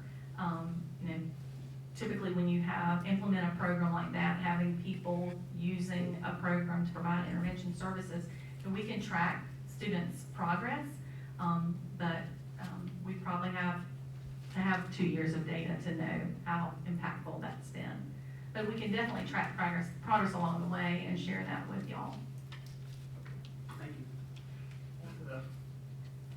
You know, when I first saw that we had $28 million in SR2 funds available for reimbursement, I immediately thought of that old Richard Pryor movie, Brewster's Millions, where how could you potentially spend all that money? But you found a lot of good ways, I think, very worthwhile. This wasn't just a spending spree to spend money. It was pretty thoughtful and very good ideas to spend the money. A couple of questions you answered along the way, but going back to the Srt program,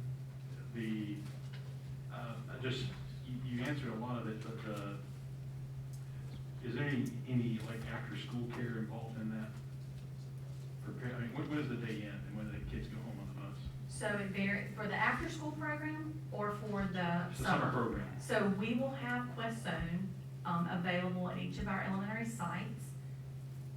And so they typically end at 6. Yes. Okay. And thank you. And you answered this, but the 400 AI students invited, you don't know if they're gonna do that online or in person yet? So the 20 who've responded know that it's on, for, face-to-face, I apologize. So, And I'm just, thank you. And I just, on that chart, do I read it right, that the percentage numbers on those is the percentage the typical historical percentage that actually accept and come? no. Well, okay. So we usually, so this is a unique year, and I don't know what's gonna happen, but typically we have about 40% come of those we invite. Okay. But we've never invited this number before. Okay. So it's, you know, we have to plan as if they're all gonna come. Now, we won't hire every teacher until we know an official number of students, because we have to plan for transportation routes and all of that, but, right now, we're having to plan as if we're gonna have the number of students we've invited. Moving on into the Srt Elementary, and I'm just trying to understand it. Obviously, I don't think any of us really know what all these kits are on the page for elementary, talking about like the guided reading kits and the phonics kits and stuff like that. But those are for individual classrooms, for like the normal classroom teacher to use? For summer, so, I have our early childhood, one of our elementary, content interventionists, so, she'd be more than happy to answer some questions on those specific materials. Well, Can we sort of do it quick? my question is more, are these kits just for the summer program, or are these kits that are gonna stay in the classroom? Teachers are gonna be able to use them during the school year. Okay, all right. And knowing that, I have no idea, you know, how many of these types of things that folks have in schools and how many don't. Does that cover it? I mean, basically, I guess the question, is that enough? It's based on an inventory we did. So back February, beginning of March, we inventoried all schools to make sure, because most of these materials are materials we're already using in elementary classrooms now. So the cost is really kind of supplement and ensure that we have it For everybody. consistently across all sites. Okay. And moving on to the early reading interventionist slide. And it's pretty clear, you're talking specific to K through second grade, Yes. right? What's the, you know, I hear different terms, interventionist versus coach. There's coaches in the school and things like that. So I guess, I don't know the difference, not in detail.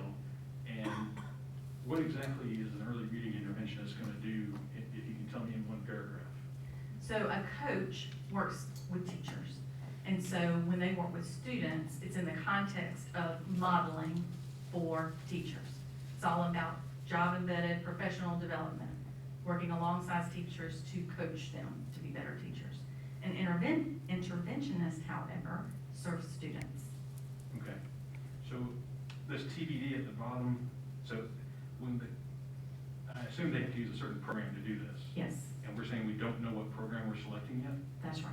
Okay, So we want input so we talked to our principals last week about it, and again, we didn't want to assume this was a foregone conclusion. We wanted to make, this is a big ticket item, this is one that our elementary principals are very, very excited about, and we didn't want to go too far without having the input of teachers and our principals. yeah, and Dr. Bradley, I'm getting close, I'm close to the end. So obviously elementary schools, some are double the size of others.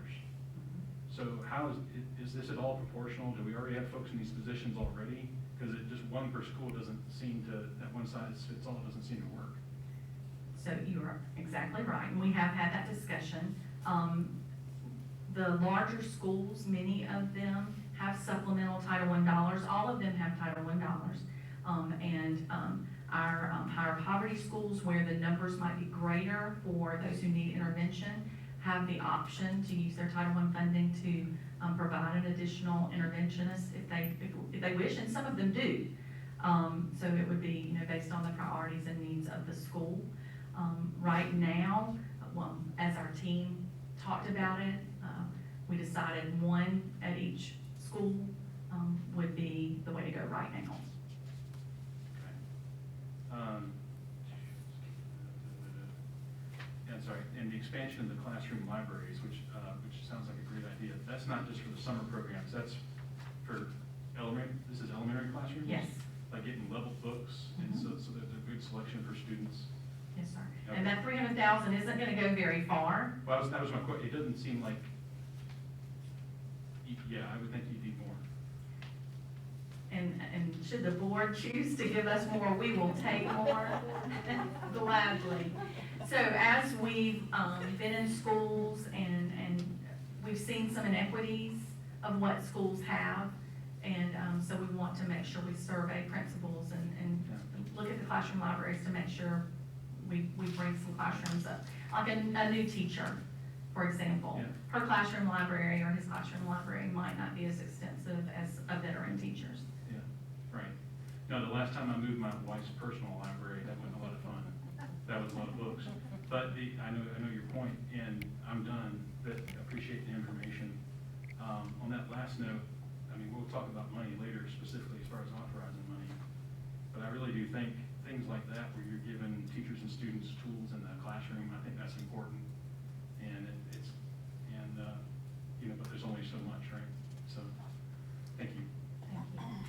I have one question. Yes, Did sir. I understand you said when we were talking about the intervention list, that there's gonna be some kind of computer program involved in this? No, sir. The early reading interventionists, we will have a program that they use.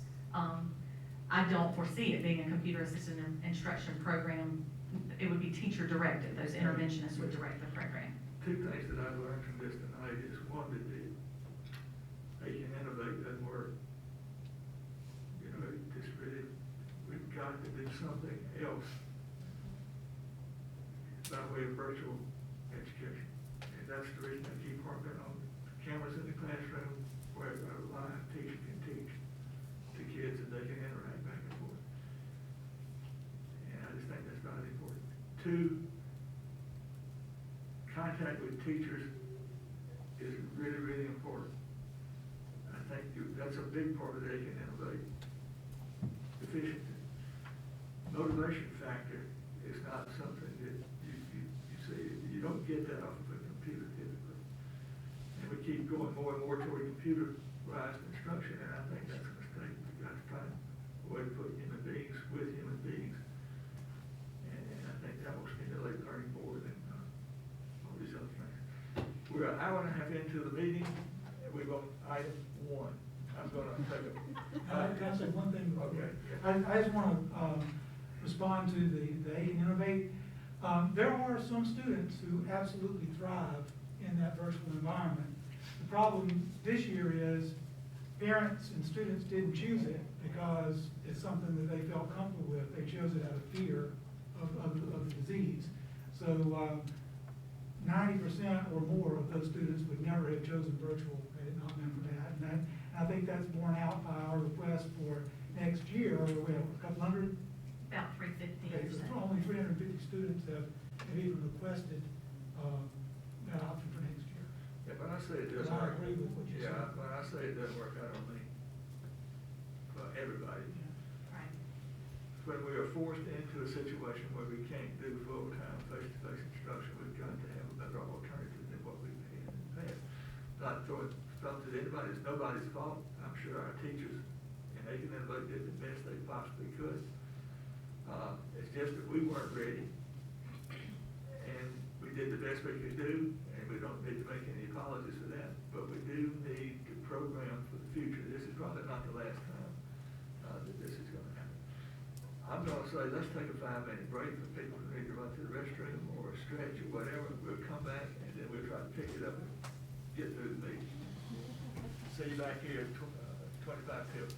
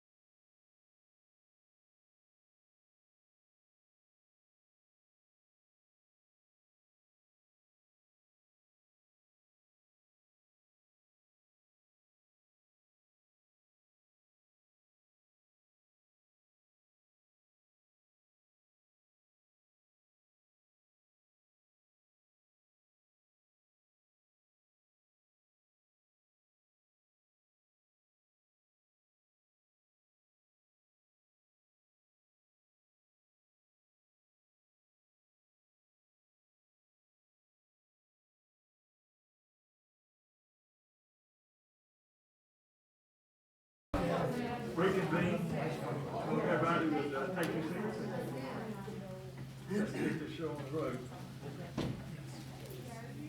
Before we go back to the agenda, Mr. Rosen, you have somebody you need to.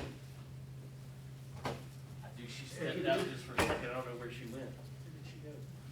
Well, we'll catch her when she gets back. Okay, very good. The A2, 3, and 4 are financial reports. They are routine. I'm not going to make Mr. Traxler talk tonight unless we have questions. Does anyone have questions on the financial report that were in your packet? Hearing none. Okay, Mr. Rosen, you ready? I'm ready. Thank you, Dr. Bradley. I failed to mention earlier for the benefit of those watching online, my name is Mike Rozier and I serve as the Communications Director, so I apologize for that. And also, we have a special guest with us here tonight. We have a new student intern from Aiken High School. Her name is Sydney Harrison, and she is here with us and is helping us with our video tonight. She's working on a press release for Month of the Military Child, so we're giving her a very comprehensive viewpoint of what it looks like on some days to be in the communications department. So she's got her badge, she's official, and we're glad to have her here tonight. Sydney, thank you for being here.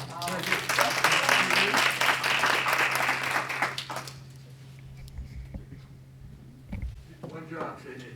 Made me look good. Consent items, we have several. First is the ratification of expulsion. You've had the list provided. Are there any questions or comments? Is there a motion to, well, we'll go through all of these and then make it, but I should make the motion first. Is there a motion to approve the B items? Motion. And there's the second. Second. Second by Mr. Crane. Now we'll discuss it. Second item is out-of-district transfer request. Any questions or comments about that?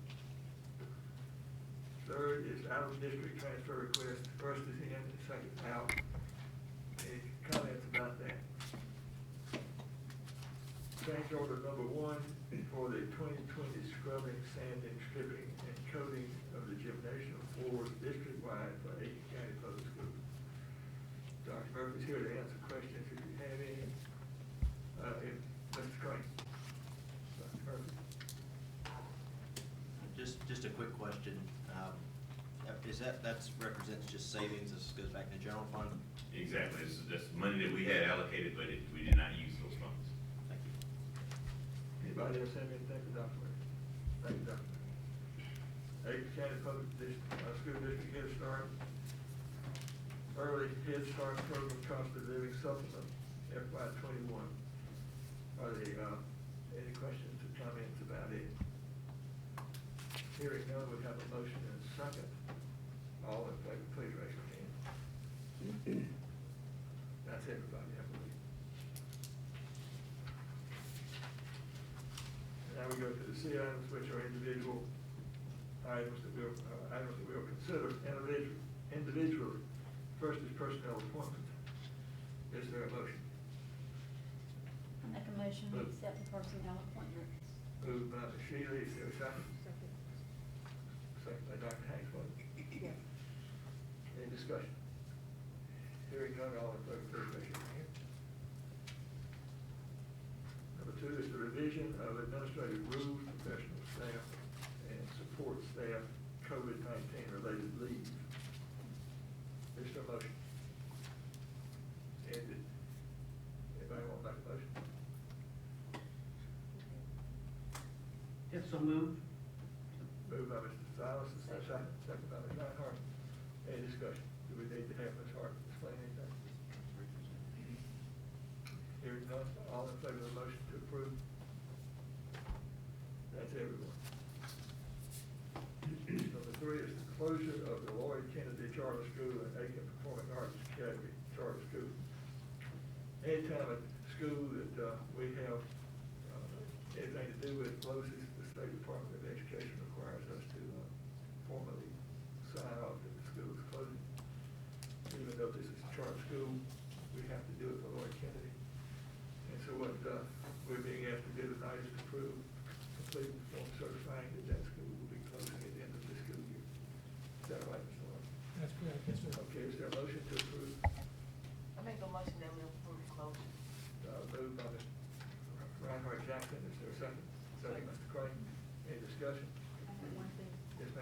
it's a minor thing, but the form that we were given as a part of the agenda notes, that documents the request for closure, there's a reversal of the dates.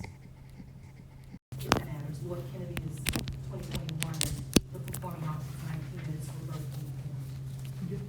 Thank you, we'll correct that before we submit. All right, we have a motion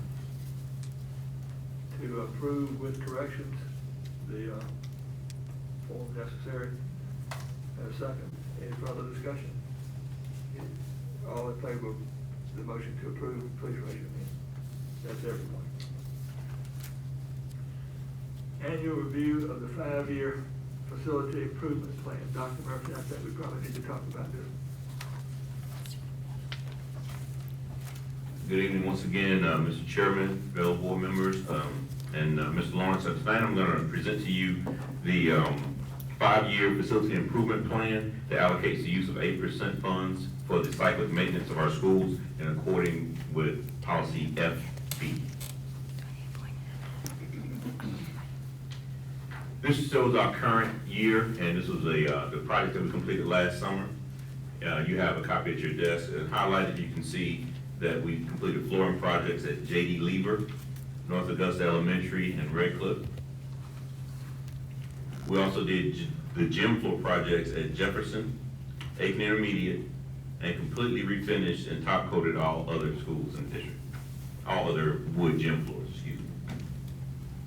And then we completed, or we're in the process of finalizing the painting projects for North Augusta Middle School, Langley Bath, Clearwater, and Jackson Middle School. Any questions about the 2020-2021 projects? Hearing none. All right. Moving on, this is the 2021-2022 projects. This is our proposed plan, and this is the work that's going to be happening this upcoming summer. We have flooring projects going on at Mossy Creek and Bird. We have gym projects. All the gyms, again, every year we do a top coat and refinish the flooring. We're going to be doing paint at East Aiken and Bird on the exterior. Paul Knox and New Ellington will get their gym ceilings redone. And our last big project that we're planning on doing this summer is the paving and resurfacing of Paul Knox. We use that walking track at Paul Knox for parents to queue when they're dropping off the students, and that track was not designed for that, and so there's a lot of erosion, so we're able to get that done this summer, and that should relieve a lot of that traffic and those issues they were having for the past few years at Paul Knox. Any questions?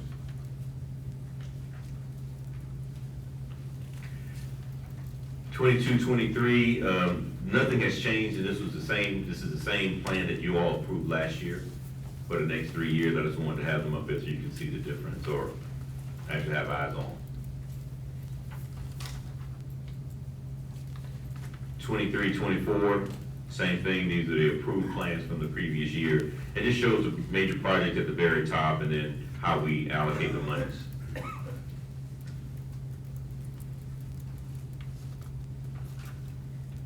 Here's 24-25, again, major project at the top. And then the rest is just the allocation of the monies.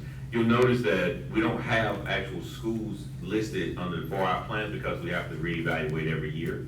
And so that's what I've basically been doing for the time I've been here, is going through the schools, getting a evaluation with my team, determining the priority of the work, and then we'll put it on the plan based on that.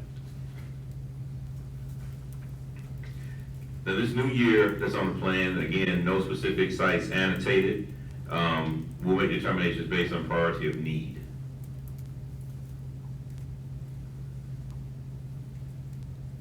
Any questions?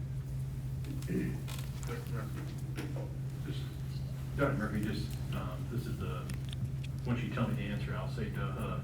But on the year 3 and 4 on the plan where we've got 10 million for Aiken High and then 10 million for North Augusta, is that just for like cleanup and fixing things? Project, or I don't understand. With those new schools, exactly what the expenditure's for. That 10 million has been earmarked for Aiken High's auditorium. We're in an attempt to build an auditorium there.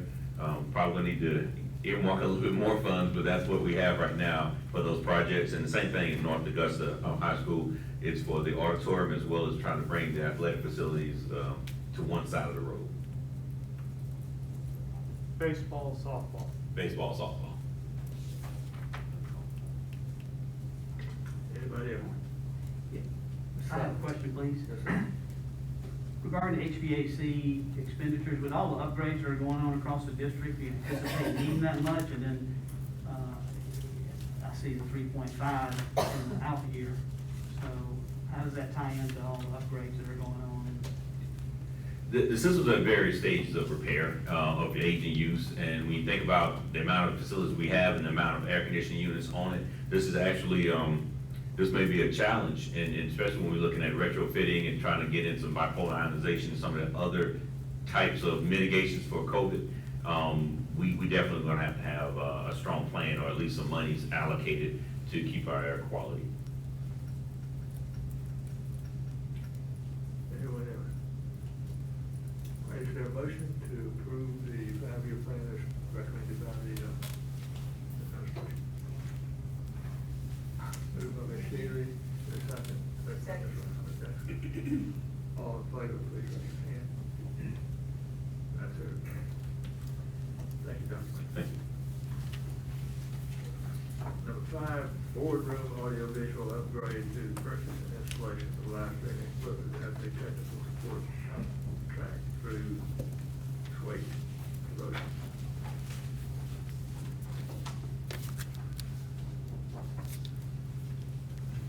Hello again, Chairman Bradley and members of the board, Mr. Lawrence.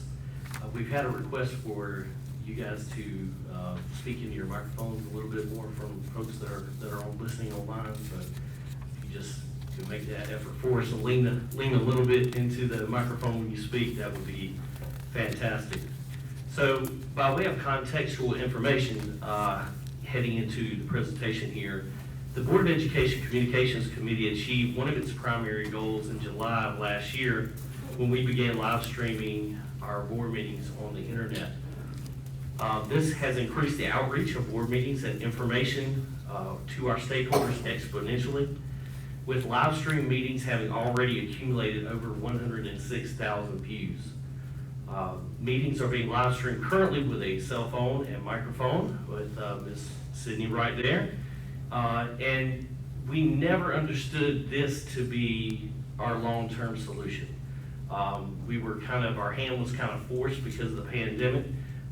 We were having to limit the number of folks that were coming to the meetings. And I think that we have, the system that we have has served us well. But at the same time, there have been some shortcomings. We've had some problems with sound, obviously, has been a challenge for us. And so we needed a long-term solution for the audio-visual here in the boardroom. So the committee wishes to enhance the audio-visual quality of our live stream meetings through a significant upgrade of our current equipment. This action would significantly increase the quality of our broadcasts and provide a much better online experience for stakeholders by allowing them more interactive options that will improve community relations and expand the level of transparency that we offer. And there are really 3 driving elements of this project, and it's greater engagement, greater transparency, and greater accessibility. Those are really the 3 keys that we are looking at. So I'll put that there. And the company that we are recommending, which was the initial recommendation, came from our technology department, as you know. So we have followed up with that with an RFP, and they have responded with a significant offer. Just a little about Swaggart. They're based in Dallas, Texas. They've been in business since 2003. And when you're talking about technology, that coming up on 20 years is a long time in the technology business. They have exclusive proprietary software and equipment, and I'll talk a little bit more about that. But their focus is on emerging technology and relevant avenues of distribution, which, as are we, concerned about that, especially in these pandemic times. So just a couple of folks. Go back. There we go. This is just a viewing of the Howard County Public School System, their board meeting, and I'll get you to notice here. This So there we go. These items right here, I pulled this up after their meeting was over with, but one of the huge things that Swagat offers is indexing for their agendas. And so after the board meeting is over, someone would be able to go through and click on an agenda item, and the video would be timestamped, and it would go directly to that area of the video. Rather than having somebody try to go through the entire 3-hour video, it will go directly to that. And you say, well, that sounds like a convenience. Well, our society is all about convenience. And any roadblock you put to somebody going to get information, and they're just not gonna go there. And so that person, whereas we could have delivered some knowledge to them, they're not gonna have that. And so that may lead to a rumor, that may lead to misinformation somewhere down the road, and we want information to be accessible to everyone. Here's another example here. Put that down. And these are just a couple of different layouts, but again, you see you got the agenda here and then over here as well. And you know, right now with the cameras, we're having to pan back and forth. You know, somebody's speaking way over here and then somebody's speaking way over here, and you can kind of get seasick maybe if you have to go back and forth too many times. And so those types of things are what we're also trying to avoid. Here's another viewing of the city that's utilizing this. So, my slides here. So like I said before, Swagat's developed its own content delivery network. It ensures quick and reliable connections. They handle all on-site installation, and that was one of the key things about them, was that they can take care of everything from the beginning to the end, from the installation of the equipment to 24/7 support, which is very important. We're not having to contract with one vendor to install the equipment, another vendor to provide software, and then another one to do customer service. So streams in 3-bit rates for improved video, and it's locked in at the annual rate. The annual rate's locked in, we'll talk about that in a minute, for the lifetime of the contract. Also 24/7 support, and the system includes unlimited public bandwidth. And then I kind of highlighted this one here at the bottom. They have a 99.4% client retention rate. Does anybody in this room have a 99.4 retention rate? That is super impressive, especially for a technology company. And they're growing very, very quickly because they've got a good product. And so that's what we want. We want the best. So the original scope of the project included 2 stationary cameras at around $20,000. This would be an upgrade over what we have, but it's not where we need to be. Captioning was non-existent, and we would either have to go through a third-party vendor, or there had been some talk with YouTube, but as we know in the communications committee, YouTube is not ADA compliant, so that was not an option. The system we're recommending includes 4 cameras for nearly unlimited viewing options, as well as software and equipment that will allow us to index our board agendas so as to have them synced on replay, what I talked about earlier, with the video presentation, while also providing stakeholders with greater accessibility to ADA compliant captioning. And this will be real-time captioning. As you're speaking, the captioning is coming up. So the all-in cost for the equipment this year would be $50,325. And I have Ms. Tyler in the back. Wave your hand, Ms. Tyler.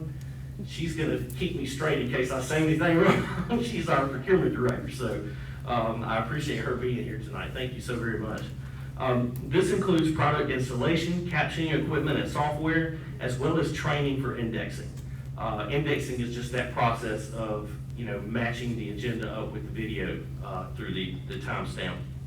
The annual cost for the managed service package is $13,140, which includes the capability to video index our meetings for greater stakeholder engagement. That's $7,140 of it, and real-time captioning, which is $6,000 for greater stakeholder inclusivity. So when we're just talking about captioning of $6,000, that is a terrific price. Just before, we had looked at captioning a couple of years ago, and it was expensive then, and it's always going to be expensive. But the quotes that we got, Stephanie and I, when we reached out just here a week or so ago, because we wanted to update our information, and the captioning was around 15,000 a year. So this is literally more than half, less expensive than what you would get with a third-party vendor. And this, I think, is another one of the benefits of using Swagit is if we did not use them for captioning, we'd have to use somebody for captioning. And so it's just cost effective to do it this way with them. So as we've shown, flipping my paper and not the slide. Our recommendation with Swagit will bring greater engagement, which we've already seen more engagement, but this will greatly enhance it. It'll be greater transparency and greater accessibility, which were our goals all along. So my job at this point is to let you know that following the board approved issuance of a request for proposals in December to upgrade the boardroom's audiovisual capabilities, install live streaming equipment, and provide technical support for future board meetings, the Board Communications Committee is recommending the district contract with Swagit to provide the needed equipment, technical support, and annual services. And that concludes my presentation. Do you have any questions? Yes. Who wants to go first? Anybody? Okay. Mike, I don't have a question, but I'm on the communications committee, and I'm very excited about all this. We've had several committee meetings regarding the question about this, and then solutions, and then ultimately Swagit. And to speak to the engagement aspect of what we're doing right now, it really has exponentially gone up. We've got more and more folks using it. I don't remember if we presented that here or if that was in a committee meeting. But I'm sure you could get that to board members if they want to see that. I feel like this is a great solution for us. It's a long-term solution, and it kind of brings us into the modern age technology-wise. The Boxcast has fulfilled a need when we needed it, but Swagit is permanent. So I'm all for it. I hope the rest of the board is too. And because currently, especially regarding the audio, Swagit will allow us to tap into our audio system that we're currently utilizing, rather than using a standoff microphone, which the microphone that we have has improved things, but it's still not where we need to be. You're going to tap it into this? Correct. Yes, sir. Is that a good idea? Yes, sir, it is. The number one complaint we get is about audio. Is it the equipment or is it something else? Well, just the capability of the Boxcast system, it doesn't have the capability with the cell phone to tie into the boardroom audio. Did anybody else have a question for I It's $20-something thousand recurring cost every year, subject to go up? No, sir. That's the 13 that I quoted you is that's a locked-in rate. There was 13 for something, and then there was another 7,140 for something else. That was just splitting the 13,140 into the indexing portion and the captioning portion. Those two elements combined for the annual 13,140 price. Any other questions? Any motion? Mr. Simons, you got a question? No, sir, Mr. Crane straightened me out. Okay. Mr. Crane and Ms. Reinhardt Jackson would be great resources. They have sat in on all of our discussions, and they were, present for the demonstration that we received from Swagit. And, initially, one of the reasons why we didn't bring forward a proposal that included this was because we didn't know Swagit had that capability until they delivered the RFP. And then we were looking at it and we're like, there's no reason for us not to pursue the captioning element, especially at this type of cost, when we have this opportunity right here in front of us. But since you called me out, so you know, my question was, surely it's bound to go up over time, contractually it's not, but for how long? And Mr. Crane, I guess, clarified that it was. It's locked in. It's lifetime. That's our understanding. Now we only, the information they provided in the proposal was out 5 years. So, and every year is the same cost. They did brag about not having raised it. People that bought it later paid a higher price, but they were very, I'll say braggartly about that, and I think that's a good thing for them to brag about. But to your question. I'll make a motion. Mr. Chair, I move that we approve the proposal to purchase Swagat and implement that for board transparency and communication purposes. Second. Any questions, any discussion? Y'all didn't talk about, this system is just for this room. That's correct.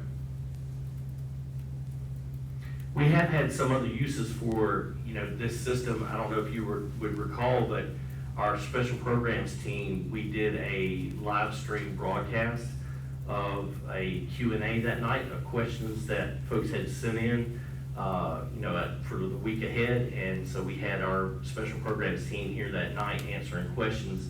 So we have a 24/7 live stream that we can take advantage of. So anything that we can host in here, we can put on the live stream.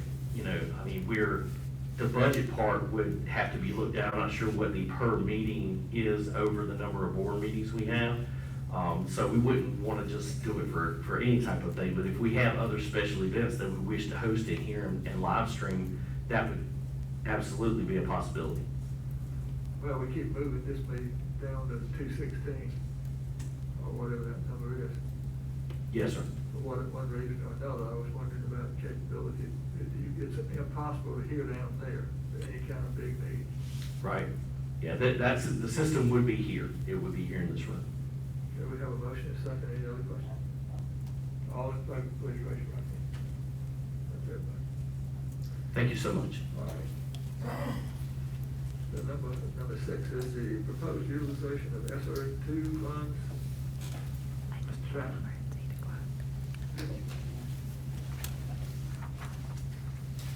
Pretty well.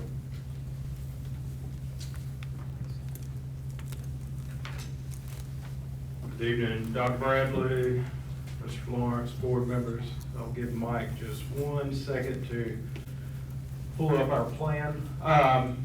As we've discussed here over the last couple of months or so, the feds have allocated SR2 funds, and Aiken's cut is projected to be 28.2 million. These are funds that can be used for a variety of things.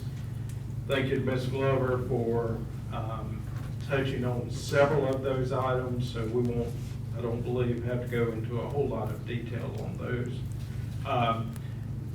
The key here is that these monies have to be used to either prevent, prepare for, or respond to COVID. So everything in this plan is addressing one of those areas or all of those areas. We have up until September 30th of 2023 to spend it. So you've heard the talk about things taking place over multiple summers or multiple semesters. That's why. So what we'll do, I've got friends here, Jeannie and Ms. Glover and Dr. Murphy will also pitch in as needed, but I'll go down the list and we'll be happy to answer any questions that you may have. This first item is a request for the summer program funding for the 21, 22, and 23 summers. Again, we're addressing learning loss. Ms. Glover discussed that in detail. It would include staffing, bus drivers, aides, school food service, etc., and some related costs there. We brought a request in February asking board to approve the hourly extra duty rates for teachers and for lead teachers. We wanted to go ahead and get those items advertised, but we also mentioned at the time that we would be bringing a comprehensive plan with other hourly rates for employees. Those are listed here for your consideration. Also in your purple folder, we have some statistics on some of these, how these rates compare to our current pools of these employees. We feel that these hourly rates are competitive enough to attract folks to work for us during this summer program. The next item on the list is the after-school Saturday school program. We've estimated through September 30 of 23, needing 1.1 million, 1.125 million. This is for the current semester, fall of 21, and then spring of 22. And that's at an estimate of $375,000 per semester, largely salary and fringe. Ms. Glover touched on the early interventionist. We based this estimate on one per elementary school over 2 years.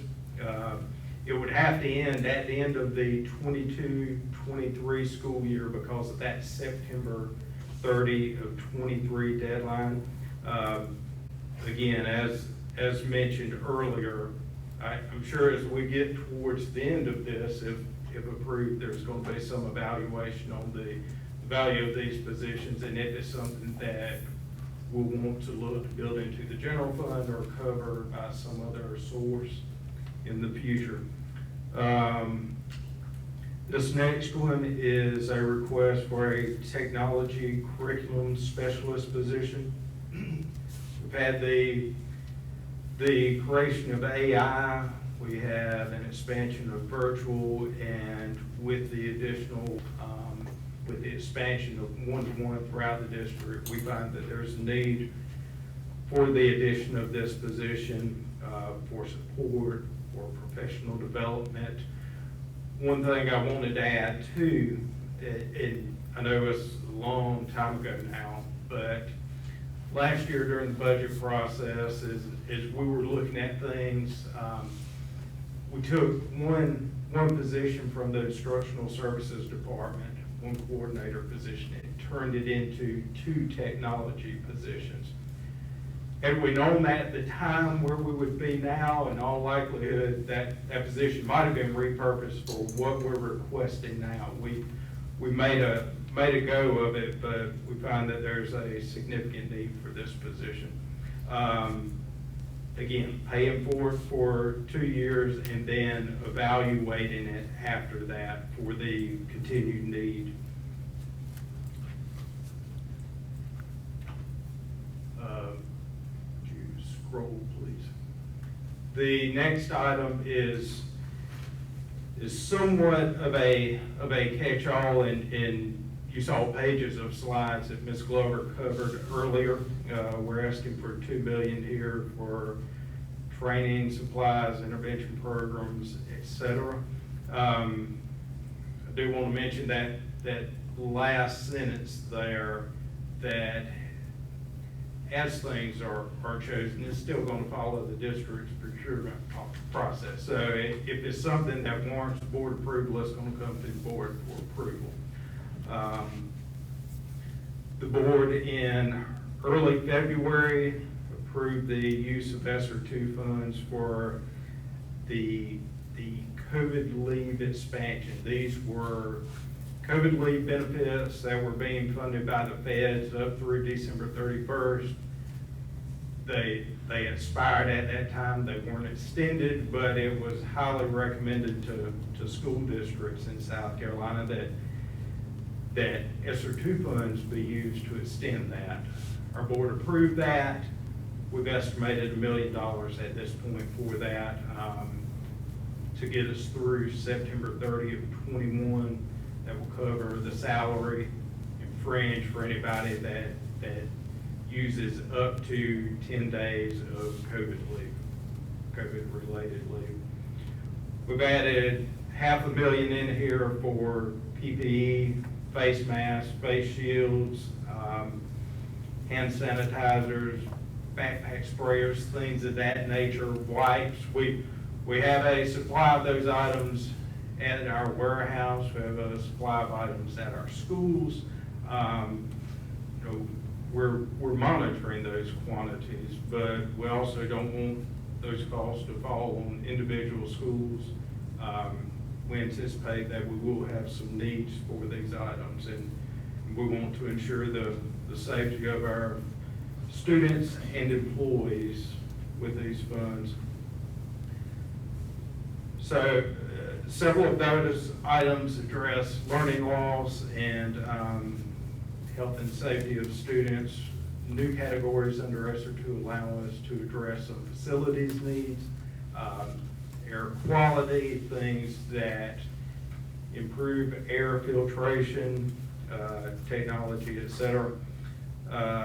Under this, we're requesting almost $2.8 million for facilities. At the most recent board meeting, the board approved $750,000 for HEPA filter systems and replacement filters.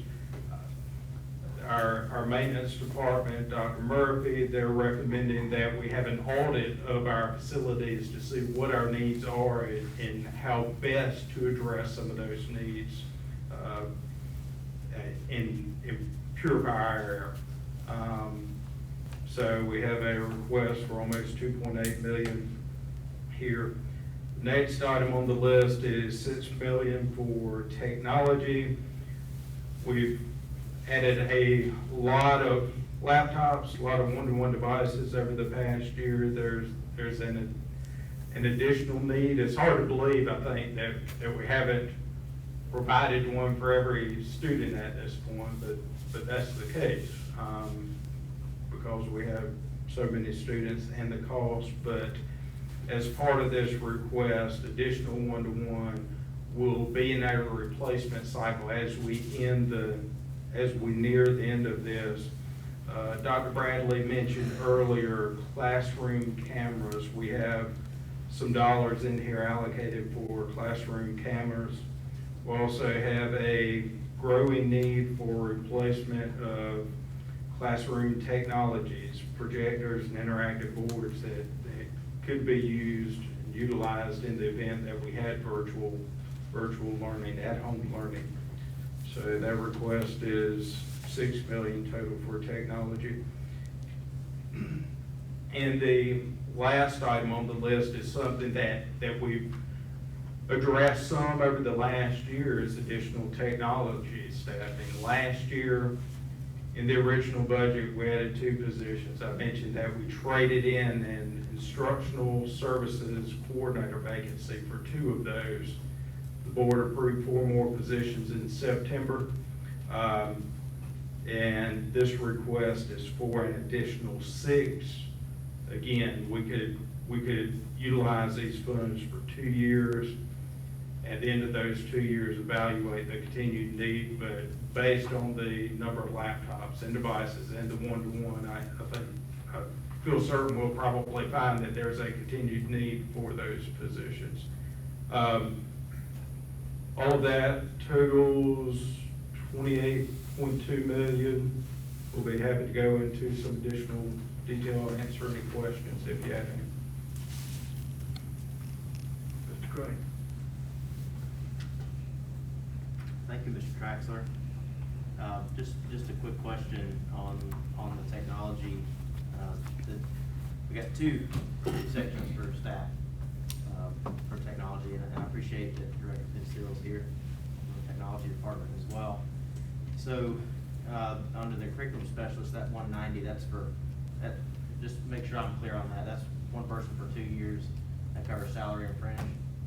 That's correct, and that position would fall under the instructional services department. Okay.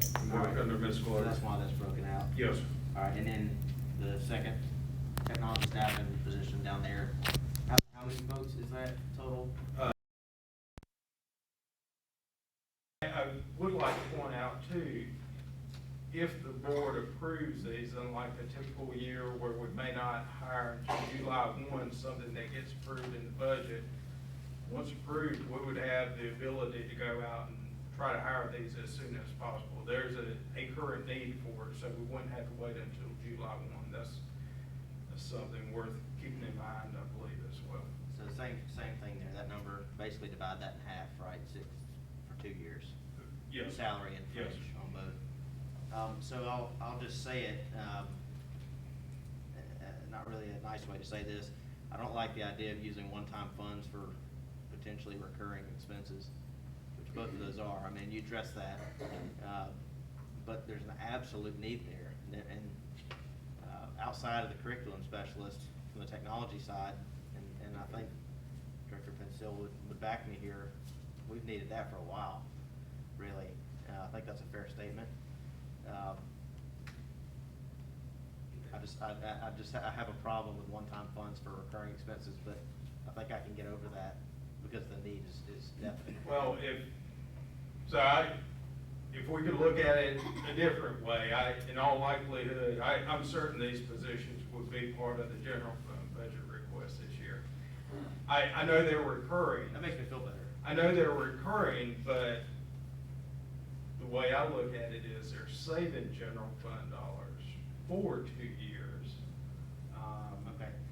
And in all likelihood, again, I think these are positions that will build in, of course, evaluating the need, but build in, beginning in that 23-24 year. But several of these, I'm thinking, this is probably something that if it weren't in SR2, this was, and I hope you don't mind, Mr. Pencil, it was among his budget requests for this year. So as we're developing this plan, we say, hey, instead of the general fund, let's use SR2 funds. We can relate it to COVID. And that saves us 2 years worth of salary, $780,000. Well, that's definitely some sugar that'll help that medicine go down for me, so thank you for that explanation.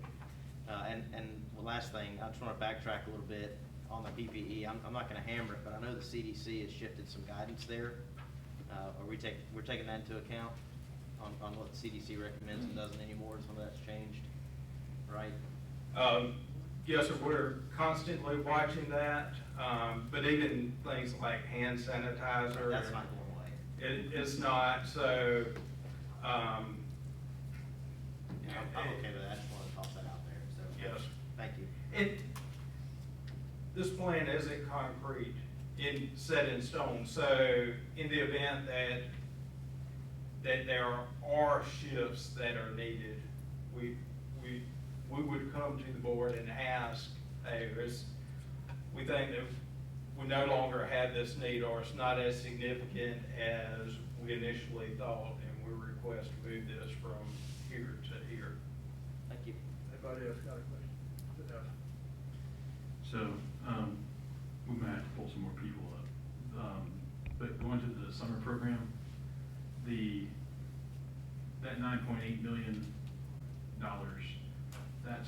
that's how much it would cost in those years for the whole number that we're inviting, right, on the estimate? Okay. Yeah, yes, we're estimating about $3 million plus per year over 3 years, over 3 summers. And just, so, I understand what Ms. Glover said earlier, but as far as, if you had a normal acceptance rate, participation rate, would we still have as many classrooms and teachers, or would we reduce that and then, this is only $5 million? That is possible, which gets back to what I mentioned a moment ago. If we find that there's less of a need in some of these categories, we have the ability to amend it. We'll bring it back to you for consideration and can look at other areas. We have 15 categories under SR2 that we could utilize the funds. Okay. So some of these, the FFCRA extension is of $1 million. It's a best estimate at this point. We really don't know. So we'll continually evaluate these. Okay. The technology curriculum specialist, that is, just, I heard the description, but that is a new head count, right? That's correct. And it's one position. That's correct. So sometimes I'm slow, and I read the paragraph ahead of time, but, so what, somebody else might have to come up and tell me what this person's gonna do. So this person would actually report to Ms. Dove, so she may want to add to this description, but with learning virtually everywhere, the need for Schoology training, all of those programs that we mentioned that are systemic programs, we provide support and training, receive emails from teachers, go out to assist teachers. We have people working around the clock now to try to support our teachers with those issues, and this person would help us with those duties. So how are we doing that now? We are not sleeping. It's been very, very challenging. Okay, all right. And this is going more to like a technology question, but when we look at other school districts or things like that on the technology staffing, what's the benchmark given the number of students and devices we have, and what does it bring us in line to? Okay, I was gonna take that question for you. Basically, we're at about 35,000 devices, and the best practice would be to have a 1 to 500 ratio. Now, even the larger school districts, that's an aspirational goal, and so you would try to kind of benchmark that as a goal, but they don't get there very often. So we get these 6 techs, that'll bring us to 25 techs total, which is basically a 1 to 1,400. So my goal, and I shared this with Mr. Pensil, would be at least to try to have 1 tech per school. And so that would put us up to about 44. But that's an aspirational goal. I mean, we can still keep working towards that. Thank you, appreciate that, sir. And just the last thing, with the $6 million going to technology, I understand the explanation. By the end of that, is the intent to go 1-to-1 all the way down to 4 and 5-year-olds? Like, are we having devices for 4Ks and kindergartens? Or what's the end goal? Certainly 5K. Okay. We would be 1-to-1. And I don't think we've had a lot of discussion on 4K, Ms. Glover, but certainly the 5K. And, you know, when we talk about ongoing budget needs, we do this, that 6 million or a portion of it does get us into the first replacement cycle in 2023. But we would be building into the budget going forward, probably a 20% replacement cycle on an annual basis. Thank you.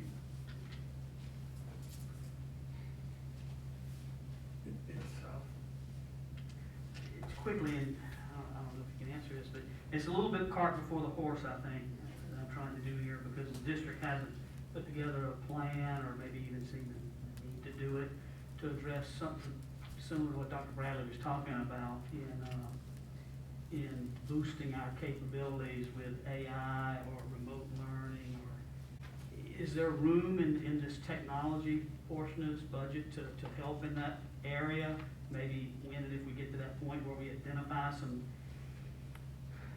needs to get us to where we're talking about that we want to be. Like, for example, having like a master teacher that can teach, you know, a certain class and offer it to people at Wagner and Ridge Spring and North Augusta all at one time. I mean, it's just a thought that I've heard kind of kicked around, and I wonder if there's an opportunity here to help.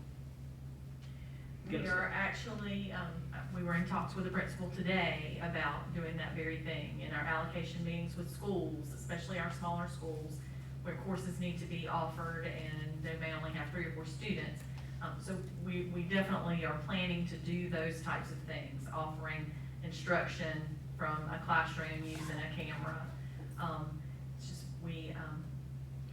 do we have those capabilities now with what we have? Or we're experimenting, we're piloting some cameras now to see what works best. So we have some owl cameras that rotate 360 degrees in a couple of classrooms, and we're gonna try those out in a couple more, so teachers can experience what that's like, and the additional responsibility, because when you have kids on the other end, you know, is the communication with the child, is the child available, or allowed to ask questions? So it creates a whole new dynamic that we're gonna have to provide assistance and training on. Okay, that helps. Are we able to teach 4,000 children that way? Will we be able to teach 4,000 children? I don't think we'll have a need to teach 4,000 children that We way. don't know what's gonna happen. We don't. We didn't think this was gonna happen, but it's happened. So, we want to be prepared, yes, sir. So Camera in every classroom. That's what this All you budget's gotta do for, is yes, pick sir. your best teachers or whatever, beam it out, this guy. And, I think that's critical. You know, this is the chance, we might not ever get another chance this good to do this.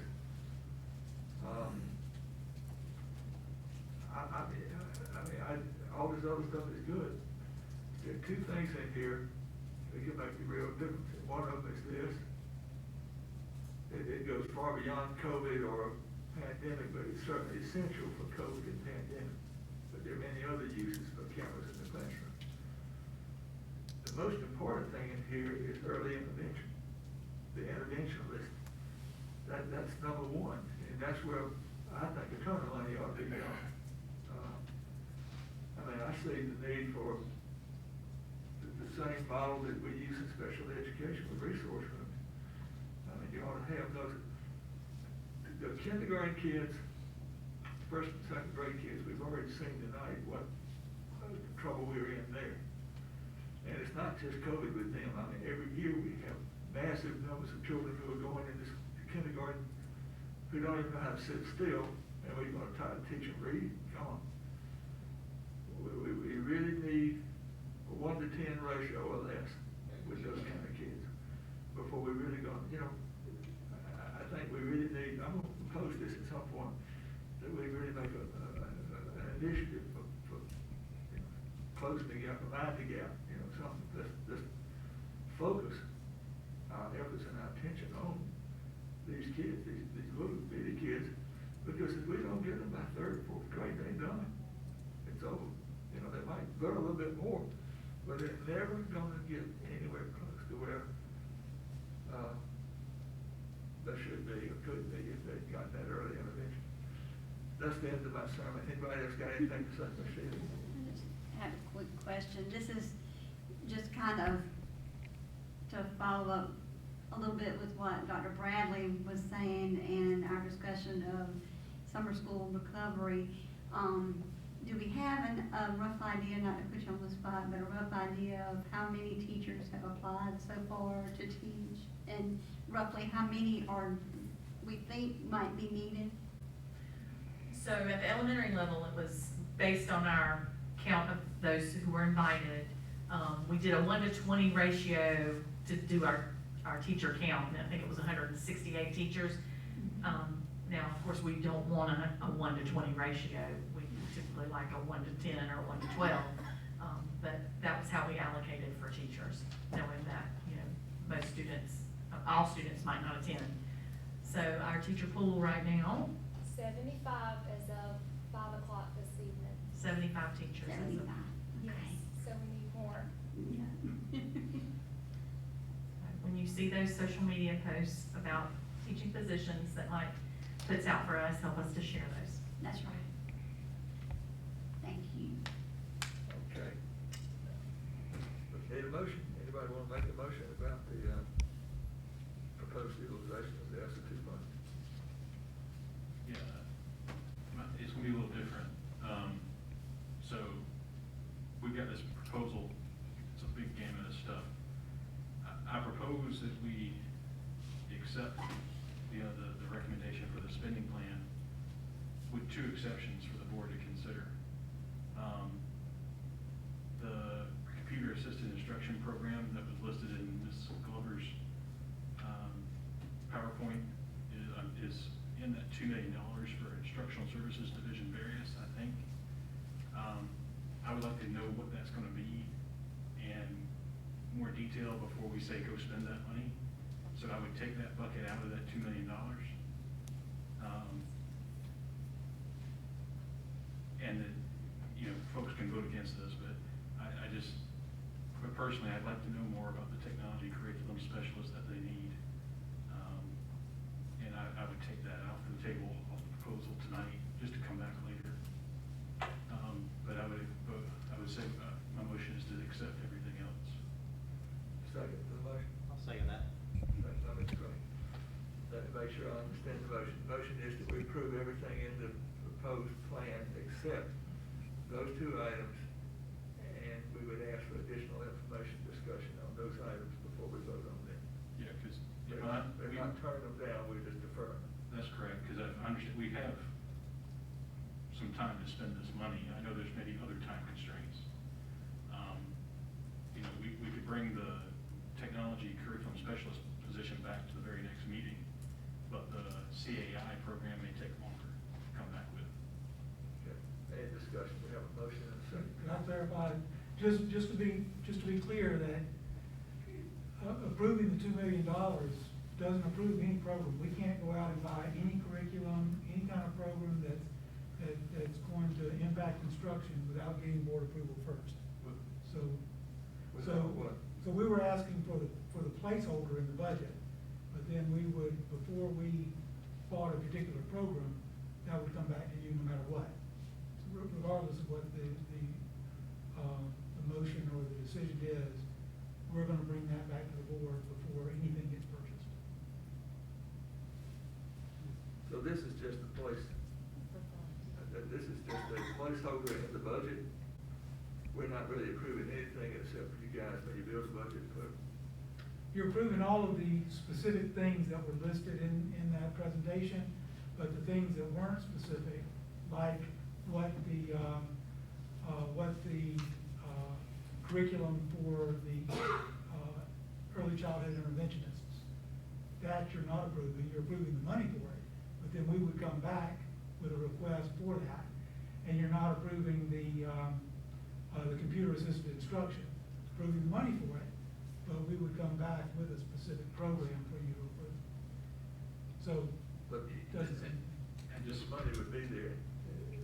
If we didn't approve your recommendation on a particular program, then you'd come back with a second or a third. But it would still be money approved for a computer-assisted program, right? yes. Not that we would, so we don't want a computer-assisted program, go put that money into early interventionist or something like that. Yes, sir. We can still do that. Yes, sir. Okay. Any further question, discussion? Got a motion and second. The motion is that we approve the presentation with the exception of, we want further information on the two items that Mr. Nussel mentioned. Okay. Is that fair? Yeah. I'm a little, I'm hearing different things. Well, and Dr. Brett, one of the reasons I'm doing that is, and I may have a misinterpretation of what happened last year, but we approved a budget in April timeframe last year, and that included certain items. And then there was a program that was identified, procured, and then communicated to staff without ever coming back to the board. And that's reading eggs. Reading program, so they both. So, because that's the way I remember it. So I didn't want to approve another bucket of money in principle and kind of give up that oversight with this decision. But if that's how it's going to work, then I guess I'm okay with it. Okay. You have to amend your motion. Yeah. So how about this? I'd like to retract my motion. How you do that? Now we get part of the procedure, where Yeah. we get a little bit off my comfort zone. I got a sheet here if y'all want to spend 30 minutes for me to read it and figure this out. Mr. Chair, if I could, we're good, administration's good with that motion. I mean, because the result of it is gonna be the same. Right. So we're good with pulling those amounts aside and bringing them back separately. Okay. What did the original motion? Yeah. The original motion is that we accept the proposed spending plan for SR2 funds with the exception of, we need more information on the technology curriculum specialist and the money in the $2 million bucket for the computer-assisted instruction program for 4K through 8th grade. That's the motion. You seconded, Mr. Crane. Yes. All right. All in favor of the motion, please raise your right hand. That's everybody. Next item is the consideration of the mid-year 2021 step increase. We don't need a lot of information about this, I don't think. Can we just ask you questions, Mr. Traxler? Well, go ahead and say what you need to say. It's just getting real late. I'll keep it brief. Thank you. You might recall last year as we worked on the original budget, we had plans, as we do any year, to build a step increase in. We were told that's not allowed. That the teacher scale was frozen and frozen and frozen. The legislators returned in September, nothing happened with it then, and whenever they returned to Columbia in January, they kicked that up again. March 11th, the governor signed legislation that approved the mid-year and retroactive step for teachers who were eligible. That's a formality, but we wanted to bring it here for the board approval. So there's a 4-part request here. Approve the step increase for eligible teachers and other groups of employees that we're required to give a step to per the state. Retroactive, it'll be lump sum. We've also, as part of our calculations, and because it's one of Mr. Lawrence's and the board's goals to expand the number of steps on the teacher scale. As we worked on these estimates, we bumped up the teacher scale by 1 step. It's currently 0 to 24. We used a step 25, so we based our estimates on a 0 to 25 step scale. That's a recommendation and request too. The third one, we have a pay band at the bottom of our teacher pay scale. Teachers who go from step 0 to 1, 1 to 2, or 2 to 3, while moving up a step, wouldn't see a pay increase. They're paid at step 3 money in year 1. Historically, the board, when there isn't a cost of living adjustment involved, and there isn't in this case, the board has approved a one-time lump sum bonus. We're asking that the board consider doing that for those employees in that bottom pay band who qualify for a step but wouldn't see any sort of pay increase otherwise. 1%, one-time lump sum. The fourth item on this request is, as we've done for several years now, and we've made all efforts to treat all employees the same, we're asking that the board consider the step increase for all eligible non-teachers. So those groups of employees who were eligible for a step, but they're not among that group that's required to receive a step by the state. Our proposal here is it's not one lump sum, it would be to catch them up retro from the beginning of the year and then spread out remaining paychecks over the remainder of the year.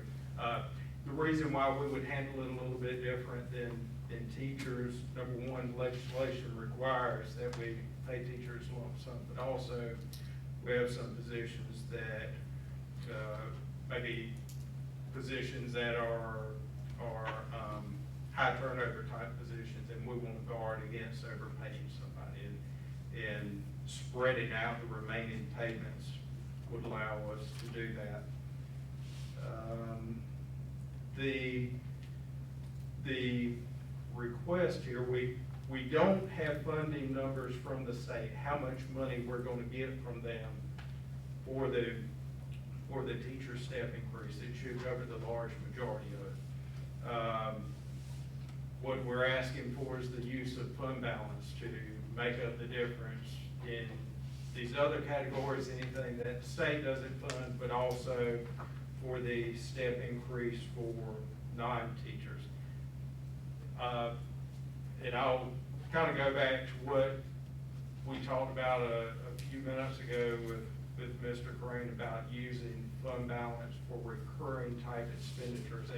And we think about salaries, and we think about recurring type expenditures, but this is truly a one-time expenditure. It would be use of fund balance to fund this mid-year step, and then as we're developing the 2022 budget, 21-22 budget, we build those salaries and fringe that step, if approved, into the budget. So it would be part of the general fund budget. It wouldn't be out of fund balance going forward.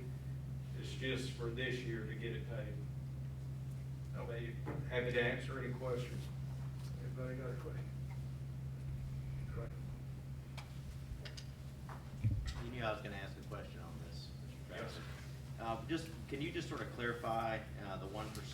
I've read it, and I think I understand that. So essentially, step 0 through 3, essentially don't really see an increase, and so historically, that's why we've given them the 1%, so we want to do that. That's Just for equity purposes. That's correct. Just so, we have our teachers at the bottom end of the pay scale who, while receiving a step, wouldn't have anything to show for it. And that pay band was, again, we're paying year 0 at year 3, but, folks here are getting a step, they anticipate some sort of increase. And historically, that's how we've treated it. The board has also, in the past, approved that whatever lump sum, 1% or 2% bonus for that top step 2, but because we're asking that the board approve adding a step at the top, there isn't a need for that this year. Those folks that are currently topped out would move up a step as we add a step on the teacher scale. Second and final question on this. Is there an employee that's not going to see some sort of step or 1% bonus? Well, there are employees who are not eligible for a step. So if someone step eligible, they're going to get it, they're good to go. They would, I think we may have 3 folks who are stepped out on the non-teacher scale. So it's a very small number. Otherwise, all step eligible employees would qualify for it. Thank you. Anybody else? Is there a motion? Mr. Chair, I move that we approve the administration's recommendation for the retroactive step increase as proposed. Second by Mr. Seaver. Any further discussion? Hearing none, all in favor, please raise your hand. That's unanimous. Thank you. All right, we have no D items, brings us to the office of the superintendent. Mr. Lloyd. Thank you, Mr. Chair. I've got just a couple of things. First, and I haven't got permission to do this, so I hope I'm not going to be in trouble. One of your number, Dr. Hanks, is celebrating a birthday today, so I want to say happy birthday. Oh, happy birthday. To Dr. Hanks. We won't sing. At least I won't sing. We'll sing of the audience. Might want to sing. But the second thing is, we reached quite a milestone this week, or last week actually. It was just over a year ago that everybody's world changed, and we had to announce that schools were closing. We had to scramble and find ways to get instruction to our students who were at home. We had to find ways to get nutritional services to our students who were at home, and our Aiken County Public Schools team did an amazing job. And I'm going to ask Mr. Rozier if he will share with you a little presentation that just honors the sacrifice, the work, and frankly, the success of all of those efforts over the last year. And I think this is pretty heavily focused on last March and April, but I think it does dip later in the year as well. So please enjoy.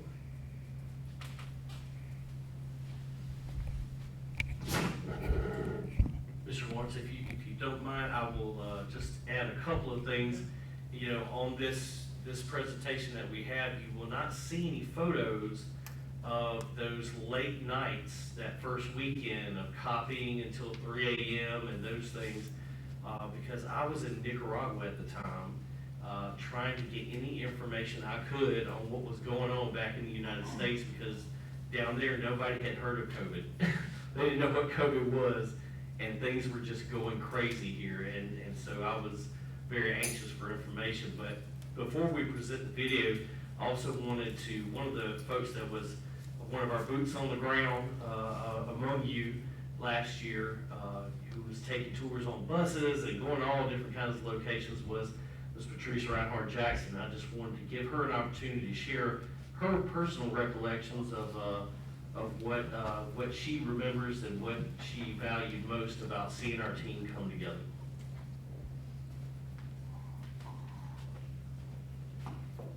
Good evening, everybody, and thank you, Mike, for that. I just wanted to be included in this because as a new board member last year, I was taken aback, like everybody was, by what we were going to face and how we were going to face that and how we were going to handle that. And I wanted to just let people know that as a board member, that I was willing to do what it took in order to support our team, support our community, and support our kids. So I stand here today with much respect and appreciation for each and every individual in Aiken County Public Schools, from the head, Mr. Lawrence, to everybody. And I don't want to say below, and I don't want you to think I think that you're beneath him. But how about this, from the bottom to the top? I appreciate everybody from the bottom to the top, and it does my heart good to know that we have such caring and compassionate folk in Aiken County, because above and beyond your jobs, you did just that. You cared for one another. You cared for individuals that you didn't know, and you cared for our families, and they needed that most of all. And our children needed that, and they still need that, and you still give that to them. So thank you from the bottom of my heart. I appreciate you. I honor you.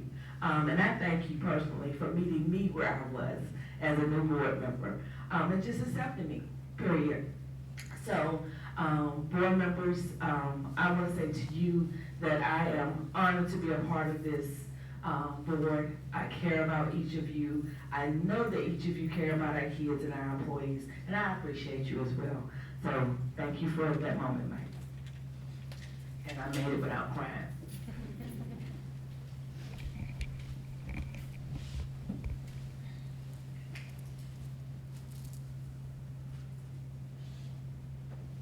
I want to thank each of you for the commitment, resilience, and dedication that you have displayed throughout the last several weeks. This school closure was certainly not something that anyone could have planned for. However, with little time to plan and all hands on deck, what we've been able to accomplish is incredible. It's been heartwarming to see how our school community has come together to continue student engagement and nutritional services. For years, we have called ourselves one team, and the personification of that spirit has never been more evident in our employees and community than it is at this moment.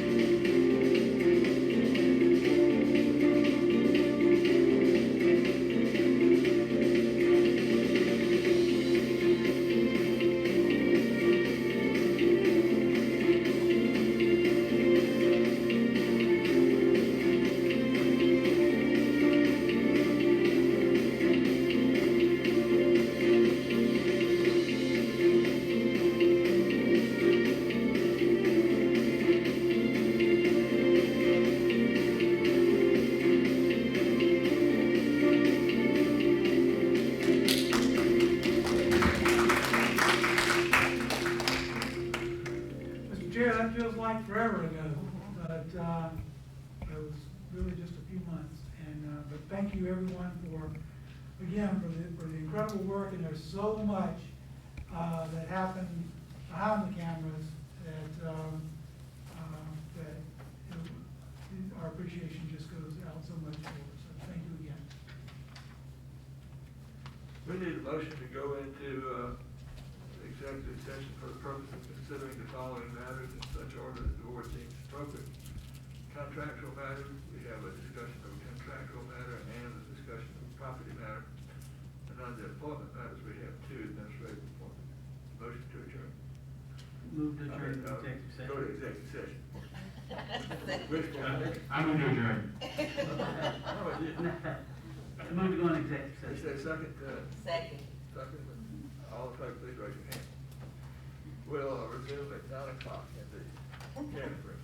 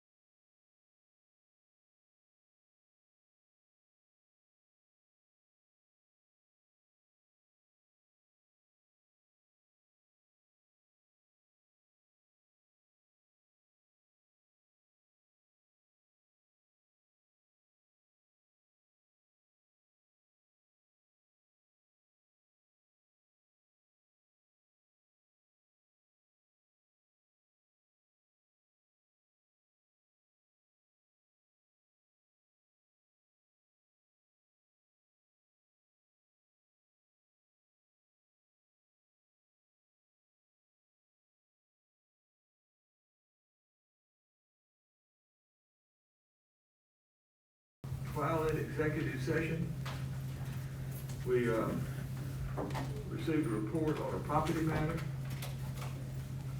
and we got, had a discussion on a contractual matter.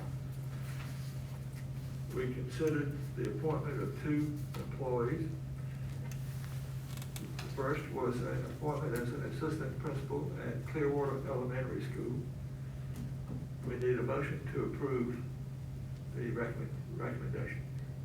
Mr. Chairman, I move to accept the district's recommendation for a principal at Clearwater Elementary School. Is there a second? Second.